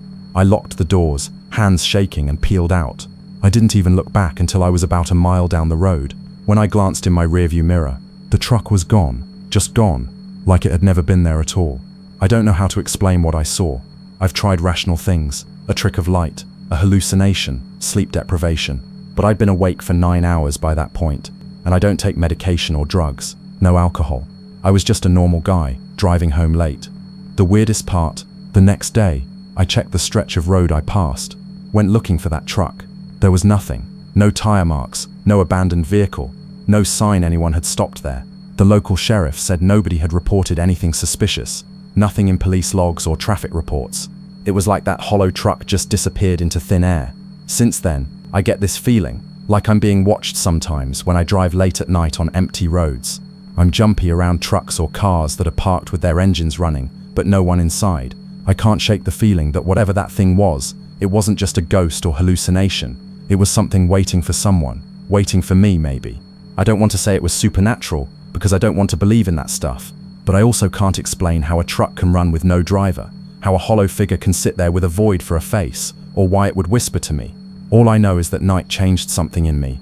I still drive those roads sometimes, but I never stop, and if I see a truck like that again, I'm not sure I'll have the courage to keep going. So if you ever find yourself passing a hollow truck on a dark road, with its engine running and no one behind the wheel, just keep driving. Don't look back. Just keep driving. Because sometimes the things that wait for you on the side of the road don't want you to leave, and some warnings are better left unheeded.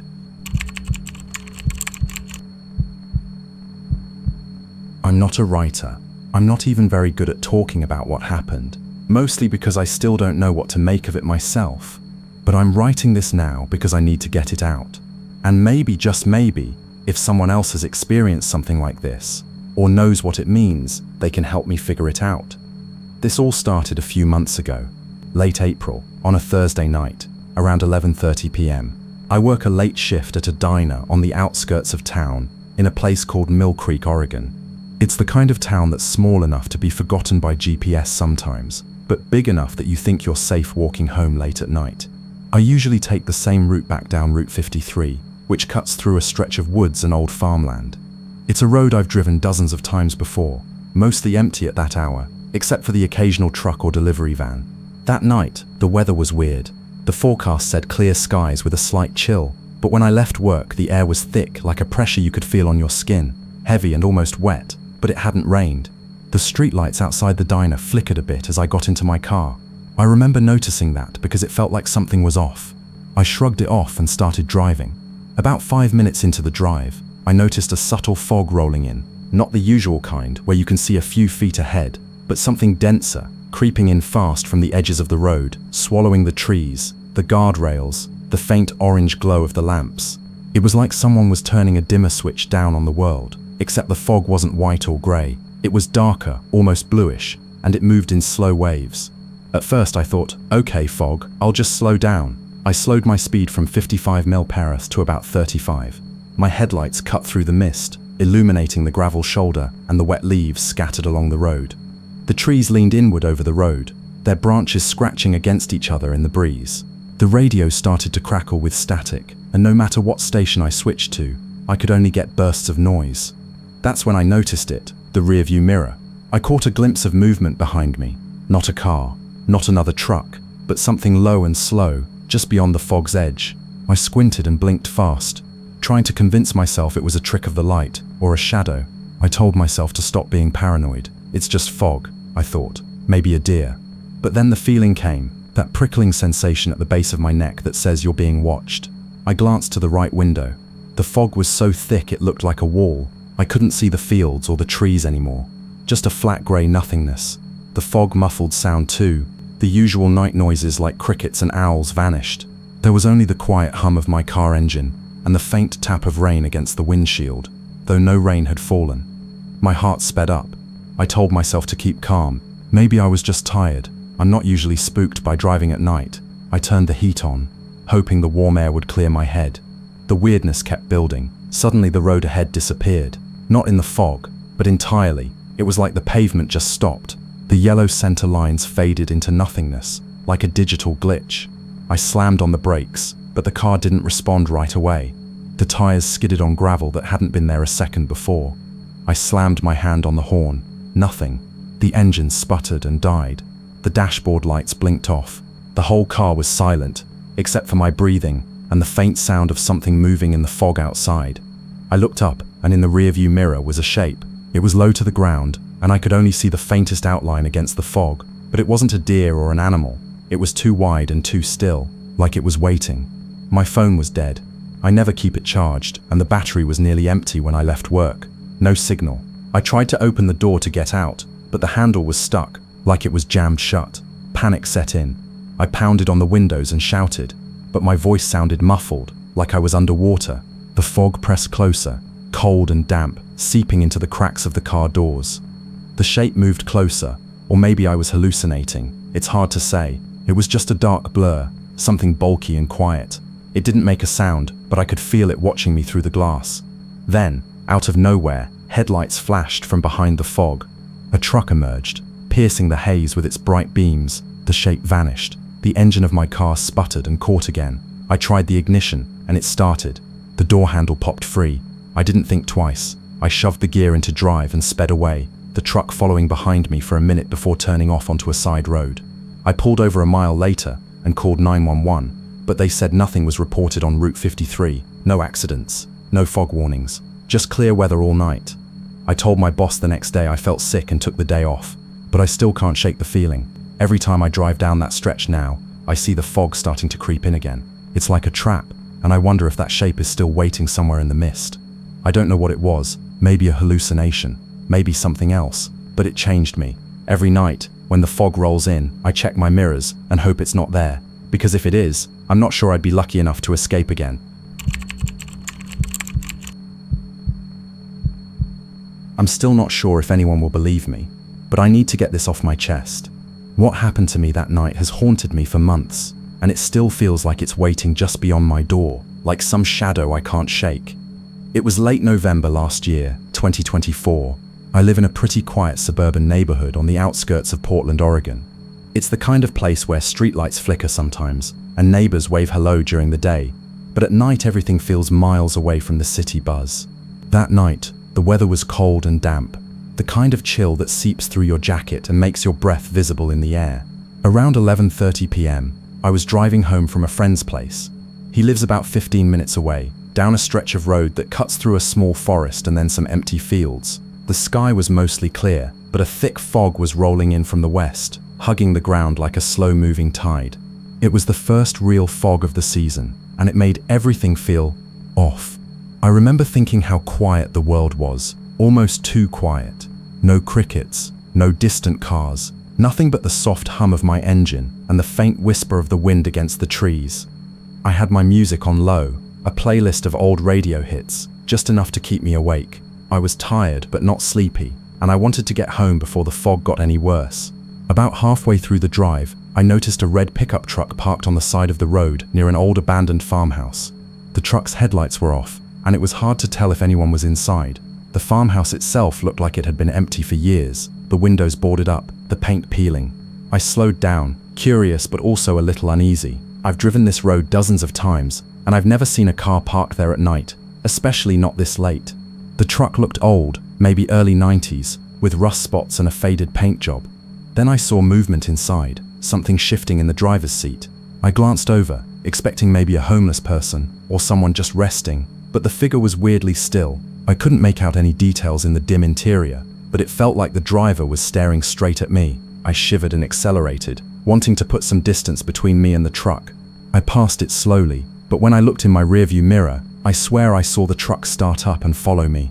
The headlights flicked on, casting long, strange shadows across the trees lining the road. The fog thickened suddenly, and the truck's red taillights glowed like eyes in the mist. That's when my heart started racing. I tried to convince myself it was just someone heading in the same direction, but something didn't feel right. I took a quick glance at the speedometer. I was doing about 45 mph, the speed limit on that stretch, and noticed the truck was matching me exactly, not just close behind, but matching every move I made. When I slowed down for a curve, it slowed down. When I sped up, it sped up. There was no way to shake it. I turned on my high beams, hoping to get a better look or maybe scare whoever it was off. But the truck didn't react. It stayed right there, just behind me, as if waiting. After a few minutes of this, my hands were gripping the steering wheel so hard my knuckles were white. I debated pulling over and calling the police, but the area was notorious for spotty cell service. I barely had one bar on my phone, and it kept dropping calls. I remember trying to stay calm and rationalize it.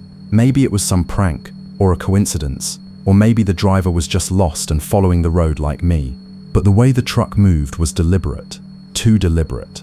The road eventually opened into a small town called Maplewood. Nothing more than a few stores, a gas station, and a couple of motels. I figured once I got there, I could stop and figure things out. But as I got closer, the truck didn't turn off the road.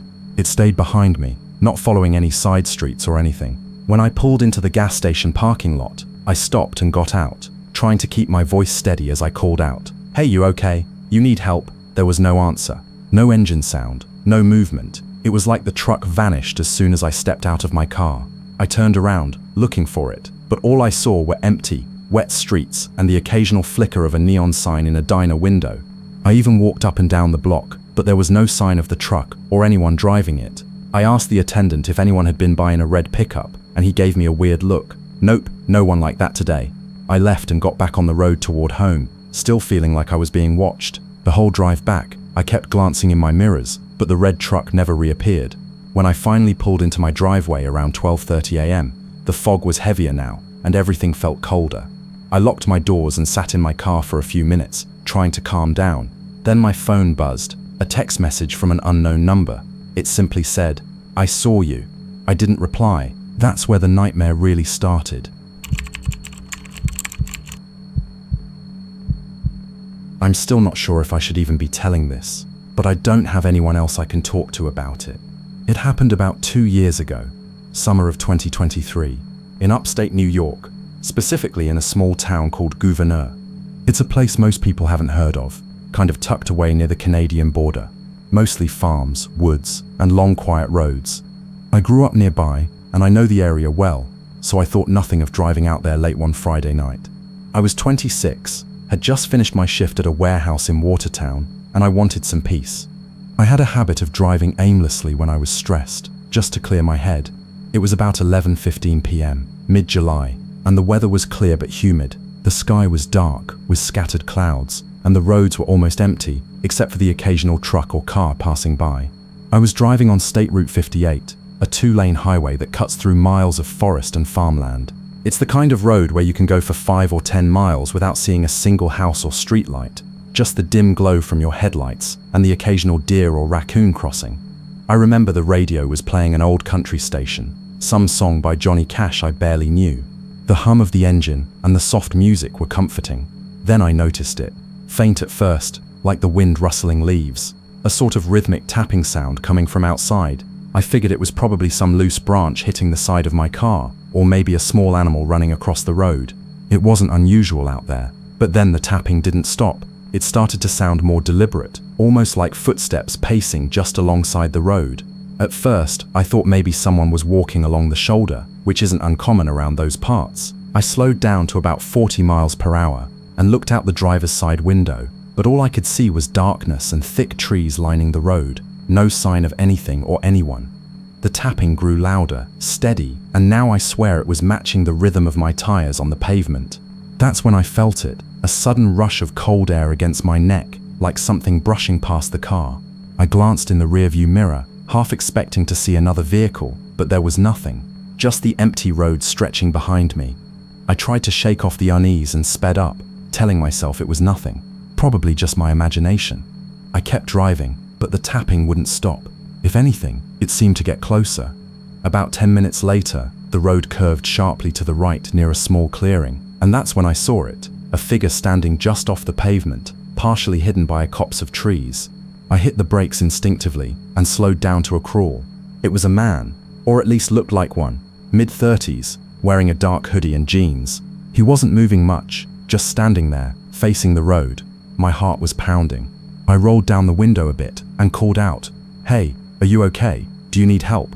But there was no response, no movement, just silence. His posture was rigid, unnaturally still, like a statue. I wanted to get out, ask him again, but something about the way he was standing, the way his head tilted slightly to the side, made me uneasy. I noticed then that his face was obscured by shadows, the hood pulled low. The more I looked, the more I felt like something was wrong. The tapping sound suddenly stopped. I locked my doors and slowly drove past him.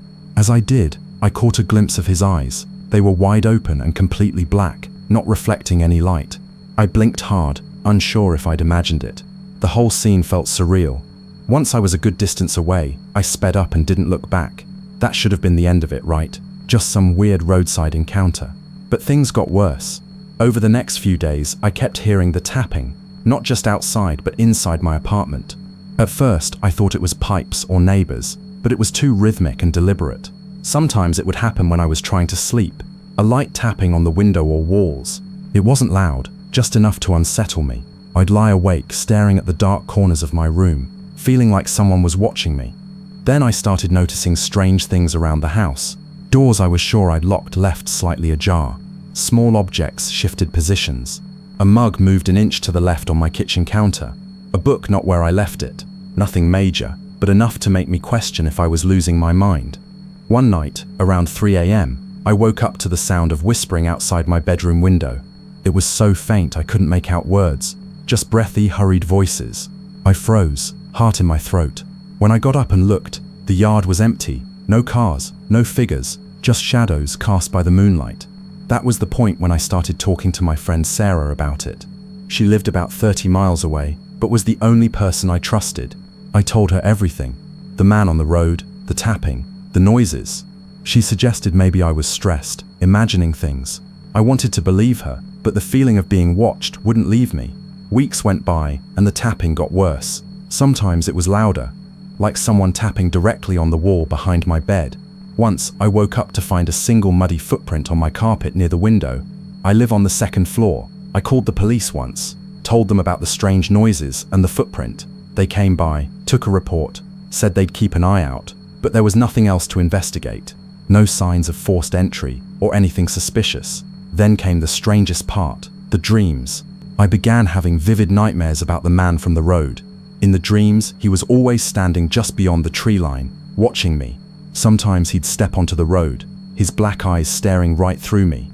The tapping would echo all around, growing louder and louder until I'd wake up gasping. In the dreams, he never spoke, but I felt like he was trying to tell me something or warn me. One morning, I woke up to find a note slipped under my door. It was handwritten on a torn piece of notebook paper. The letters were shaky but legible. It said, "Don't look back." I showed it to Sarah. She was freaked out, said maybe someone was playing a sick prank on me, but I knew I wasn't imagining it. After that, I started covering all my windows with thick curtains. I stopped going out at night unless I absolutely had to. The tapping continued though, always just out of sight. One night, maybe a month later, I was driving home from work on that same stretch of Route 58. The sun just setting around 8 p.m. I saw him again, the man from the woods. Only this time, he was standing right in the middle of the road. I slammed on the brakes, heart racing. He didn't move, just stood there, perfectly still. I tried to call out, but no words came out. My phone signal was gone. The radio cut out suddenly. Then he lifted his hand slowly, pointing a finger at me. That's when I noticed the detail that chilled me to the bone. There was no shadow beneath him, no reflection in my windshield. I floored the gas pedal and sped past, barely looking back. After that, I moved out of Gouverneur. I rented a place in Syracuse, closer to work and city lights. I told myself that would be the end of it. But sometimes, late at night, I still hear that tapping. And sometimes when I glance in the mirror, I catch the faintest glimpse of something standing just behind me, a figure with dark eyes and a stiff posture, like it never left. I don't know what it is or what it wants. I just know it's waiting. I don't think I'll ever be truly safe. I've never been someone to believe in ghosts or the supernatural. I'm a pretty logical guy, a software engineer, and I like things concrete, data, facts, repeatability. So what happened to me last fall still baffles me, and I've never told anyone in full until now because I wasn't sure how to make sense of it. But after months of restless nights and that gnawing feeling I can't shake, I figured maybe sharing it here might help, or at least warn someone else not to take what happened lightly. It was late October, a Thursday night, around 11:30 p.m. I was driving home from a small conference in a neighboring town about 40 miles away. The weather was chilly, just above freezing, with a thin fog hanging low over the roads. The kind of fog that dulls headlights and muffles sound and makes you feel like you're driving through a dream. I left the conference earlier than most people because I wanted to beat the weekend traffic and get home before midnight. The route I took was mostly rural, 2-lane roads winding through farms and small patches of woods. I'd taken it dozens of times before without incident. My phone was mounted on the dash, GPS open, guiding me home. Around mile marker 17 on County Road 15, things started feeling off. First, the GPS signal began dropping. The little blue dot that represented me on the map flickered and froze. The voice kept saying recalculating, then signal lost. I glanced up and saw that the fog was thickening, almost swirling in unnatural ways. The streetlights were sparse on that stretch, so it was just the car's headlights cutting through the mist. I shrugged it off. Maybe the rural area just had bad reception, but then the road started feeling longer, like it was stretching out unnaturally. I noticed the same old rusted barn on my right side. I'd passed that barn earlier, about 10 minutes ago, but I was sure of it. The GPS was frozen, but my odometer kept ticking. Still, when I saw that barn again, it set off an uneasy alarm in my chest. I slowed the car to a crawl, scanning the roadside for other landmarks. The same twisted old oak tree appeared to my left, and I swear, the same patch of cracked pavement was under my wheels. It was like I was driving in circles. I flipped on my hazards, stopped the car, and looked down at my phone. No signal. The screen was frozen on the map, with no updates. My radio was static. No bars anywhere. I took a deep breath and started the car again, determined to get through whatever this was. But the feeling of being watched started creeping up my spine. The fog seemed thicker now, denser, clinging to the car like a living thing. I turned the heat up, rolling the windows up tight. Then, through the fog, I saw headlights appear behind me. Bright, glaring, close, way too close. The car was tailgating me aggressively, its beams blinding me in the rearview mirror. I slowed down, hoping it would pass, but the car stayed glued to my bumper. I tried to shake it off, signaling to let me through, but no reaction. Then, the strangest thing happened. As I glanced back again, the headlights were gone. Vanished. No sound of an engine, no taillights. I slammed on the brakes. My heart was pounding like a drum in my chest. Did I imagine it? Was I hallucinating? I checked behind again. Nothing. No car. Just the empty, foggy road, and my own breath fogging up the windshield. I started driving again, faster this time, determined to get home. But the fog stayed thick, and the landmarks never changed. It was the same barn, the same oak, the same cracked pavement, over and over. I tried turning off the main road onto side streets, but they always led me back to this endless loop. At some point, I noticed something else, a figure standing just at the edge of the fog on the side of the road. It was motionless, maybe 6 feet tall, but too shadowy to make out any features, the kind of vague silhouette your brain tries to fill in. I slowed the car and rolled down the window a crack. "Hey," I called out, but the figure didn't move. I honked the horn once, sharply. Nothing, no response. Then just as suddenly as it appeared, the figure vanished into the fog. That was the moment my hands started shaking uncontrollably. I felt like I was losing my grip on reality. I kept driving, desperate to find any sign of civilization. Eventually, the fog started to thin, and I saw the lights of a small gas station ahead. I pulled in, slamming the car into park, and exhaling like I'd been holding my breath for hours. Inside the store, I tried calling someone, anyone, but my phone still had no service. The cashier was a middle-aged woman who looked at me like I was a ghost.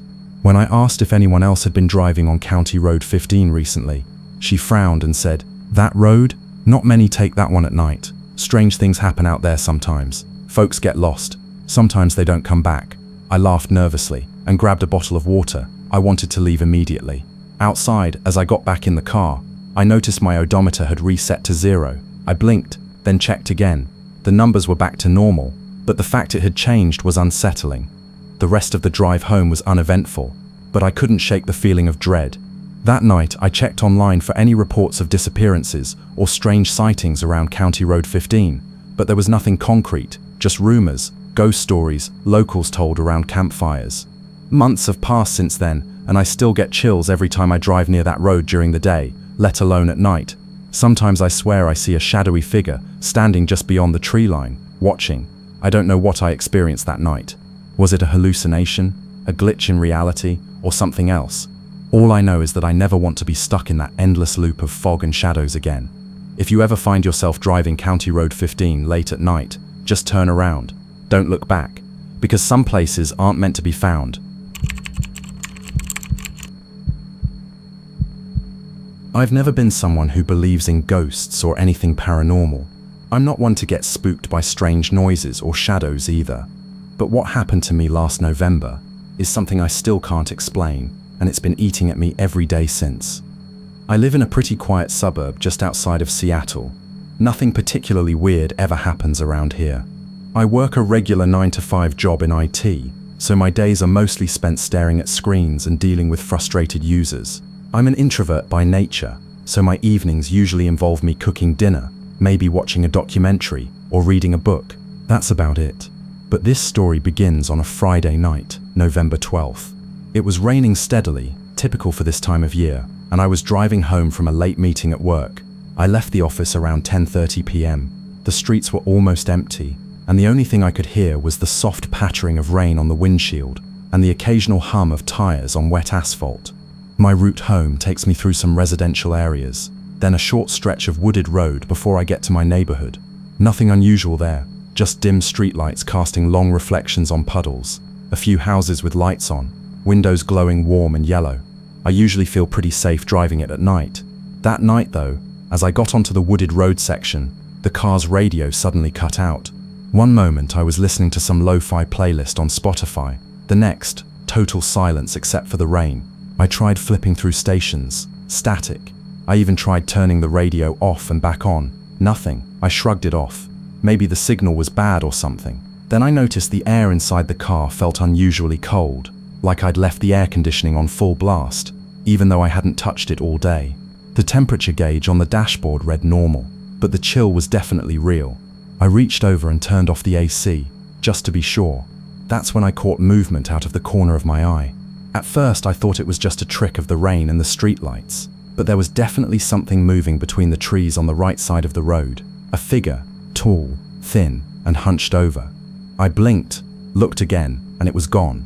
I told myself it was probably just a deer or some other animal. This stretch of road is known to have wildlife crossing at night after all. But the feeling in my gut was already shifting from neutral to uneasy. I kept driving, eyes glued to the road. Then, just as I passed the halfway point through the woods, my headlights flickered briefly, like a strobe, then stabilized. I glanced in the rearview mirror and thought I saw a shadow, maybe a person, standing on the side of the road, watching me. It was too dark to make out any features, but something about the posture felt deliberate, like they weren't just standing there randomly. I slowed down but kept going. The road was winding, slick with rain.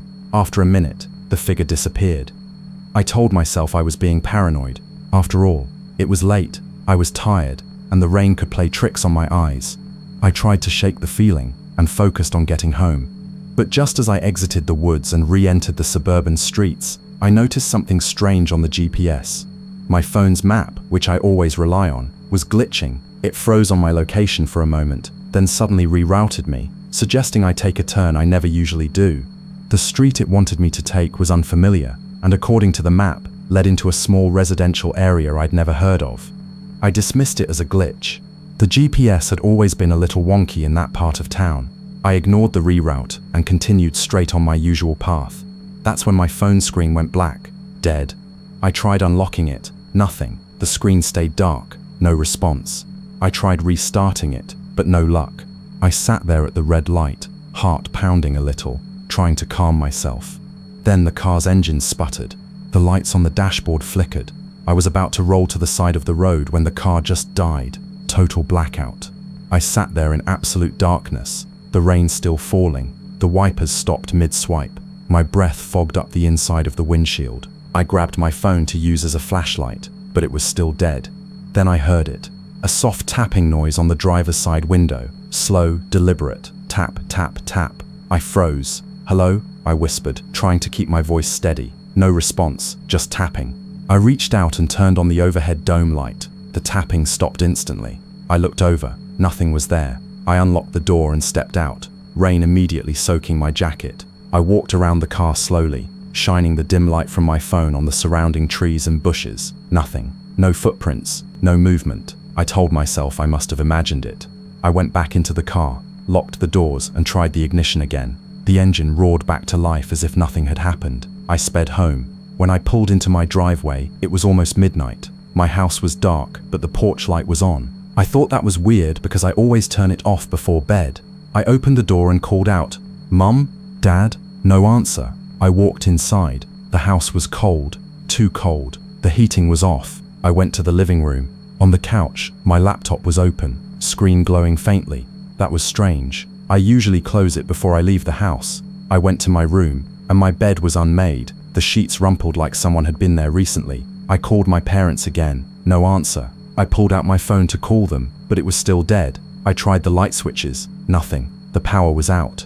Then I heard footsteps upstairs. Slow, deliberate footsteps. I told myself it was probably just the wind, but the sound was too distinct, too close. I crept up the stairs, heart hammering in my chest. At the top, the hallway was empty, but the bedroom door at the end was slightly ajar. I pushed it open. Empty. No one. But on the floor, there was a small note in my dad's handwriting. It said, "Don't trust the lights." I don't know why I keep thinking about that night. I don't know what "don't trust the lights" meant. My parents still haven't come back, and I've never heard from them since. The next morning, the power came back on.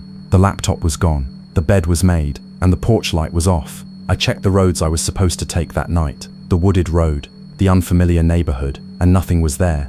No sign of anything out of the ordinary. Just normal streets, normal houses.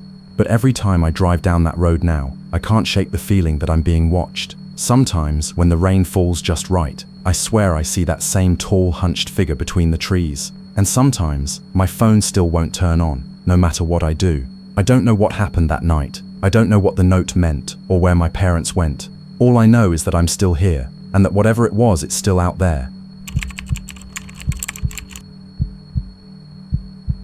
I've never really told anyone this story before. It's not something I like to dwell on, but sometimes I can't stop thinking about it, and I figure maybe writing it out will help me make sense of what happened. I'm going to be completely honest and detailed, because the way it unfolded feels like the kind of thing that could happen to anyone. And maybe it did happen to someone else before me, or maybe it will. I'm still not sure what to believe. It started in late October of last year, around 9:30 am, on a chilly Thursday night. I was driving home from a friend's place in a small suburb, about 20 miles north of Dallas. The weather was cold, around 45 degrees Fahrenheit, and there was a light drizzle, not enough to soak you, but enough to make the road slick and the night feel kind of damp and sticky. The streetlights were hazy because of the mist hanging in the air, and the occasional headlights of passing cars made everything feel like it was in slow motion. I wasn't in a rush, just trying to get home. My phone had about 30% battery left, so I wasn't really checking it much. The radio was playing some old classic rock station, soft and quiet in the background. About halfway through the drive, I noticed a little convenience store on the side of the road with a small diner attached. It looked old, like something out of a 1950s movie, but still open. I figured I'd stop for a quick coffee and maybe a snack since it had been a long day. The diner was dimly lit from the outside, with a flickering neon sign that said Ed's Diner. The rain had stopped just as I pulled into the parking lot, and the air smelled like wet asphalt and frying grease from the kitchen. The place had a rustic feel, red vinyl booths, a counter lined with stools, the usual. It was mostly empty, except for one man sitting alone at a corner booth by the window. He was older, maybe late 50s or early 60s, wearing a heavy brown coat and a worn baseball cap pulled low over his forehead. I noticed he was staring directly at me, but it wasn't the casual glance you get from someone just noticing a stranger walk in. It was intense, like he was waiting for me. I tried not to let it bother me. I ordered a coffee and a sandwich and sat at the counter, facing away from him. I could still feel his gaze though. It was weird, almost like he was trying to see into my head or waiting for me to do something. I sipped my coffee slowly, trying to focus on the news playing on the small TV mounted above the counter.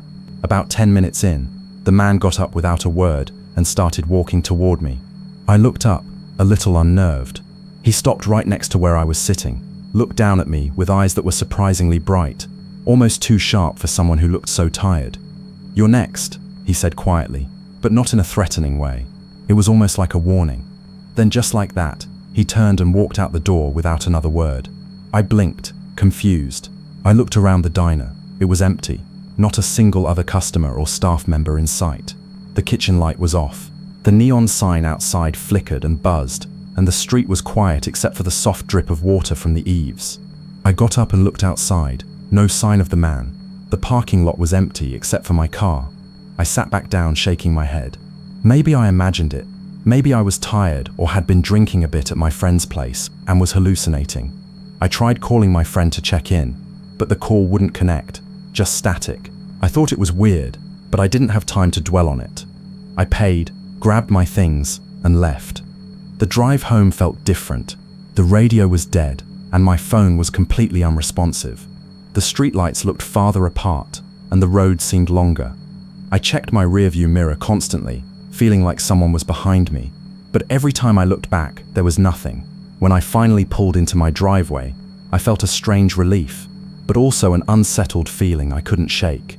I locked the doors and went inside, but as soon as I turned off the lights and closed the curtains, I could swear I heard soft tapping at the window. I didn't look. I just stayed frozen for what felt like hours.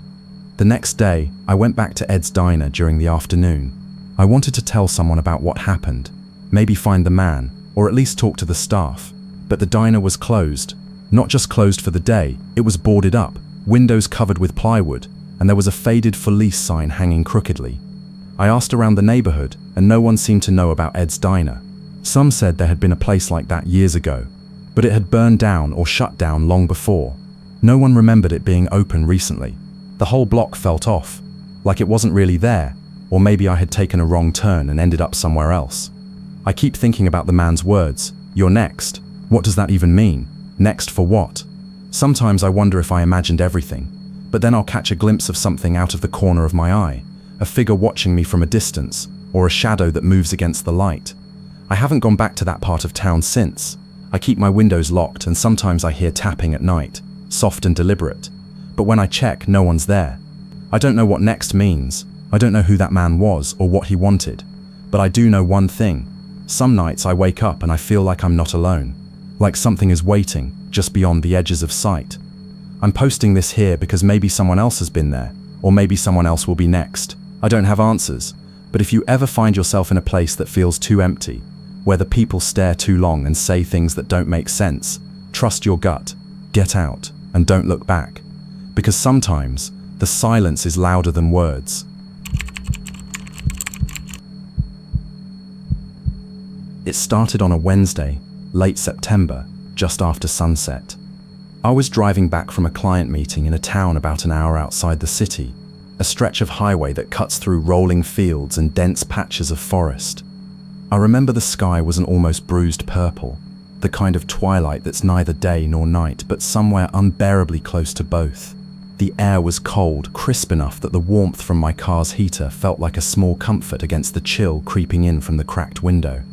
I was halfway home, cruising at about 60 mph when I noticed her.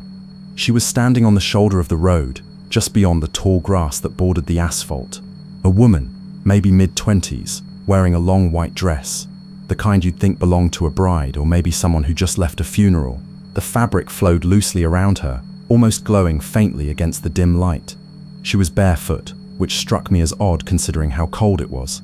Her hair was dark and tangled, and she was staring straight ahead, not at me, not at the road, just straight ahead, like she was waiting for something or someone. I slowed down, heart thumping a little, because it wasn't common to see someone standing out there so late and alone. Maybe her car broke down. I figured it was better to stop and check than drive past and regret it later. I pulled over and rolled down my window. "Hey, are you okay? Do you need a ride?"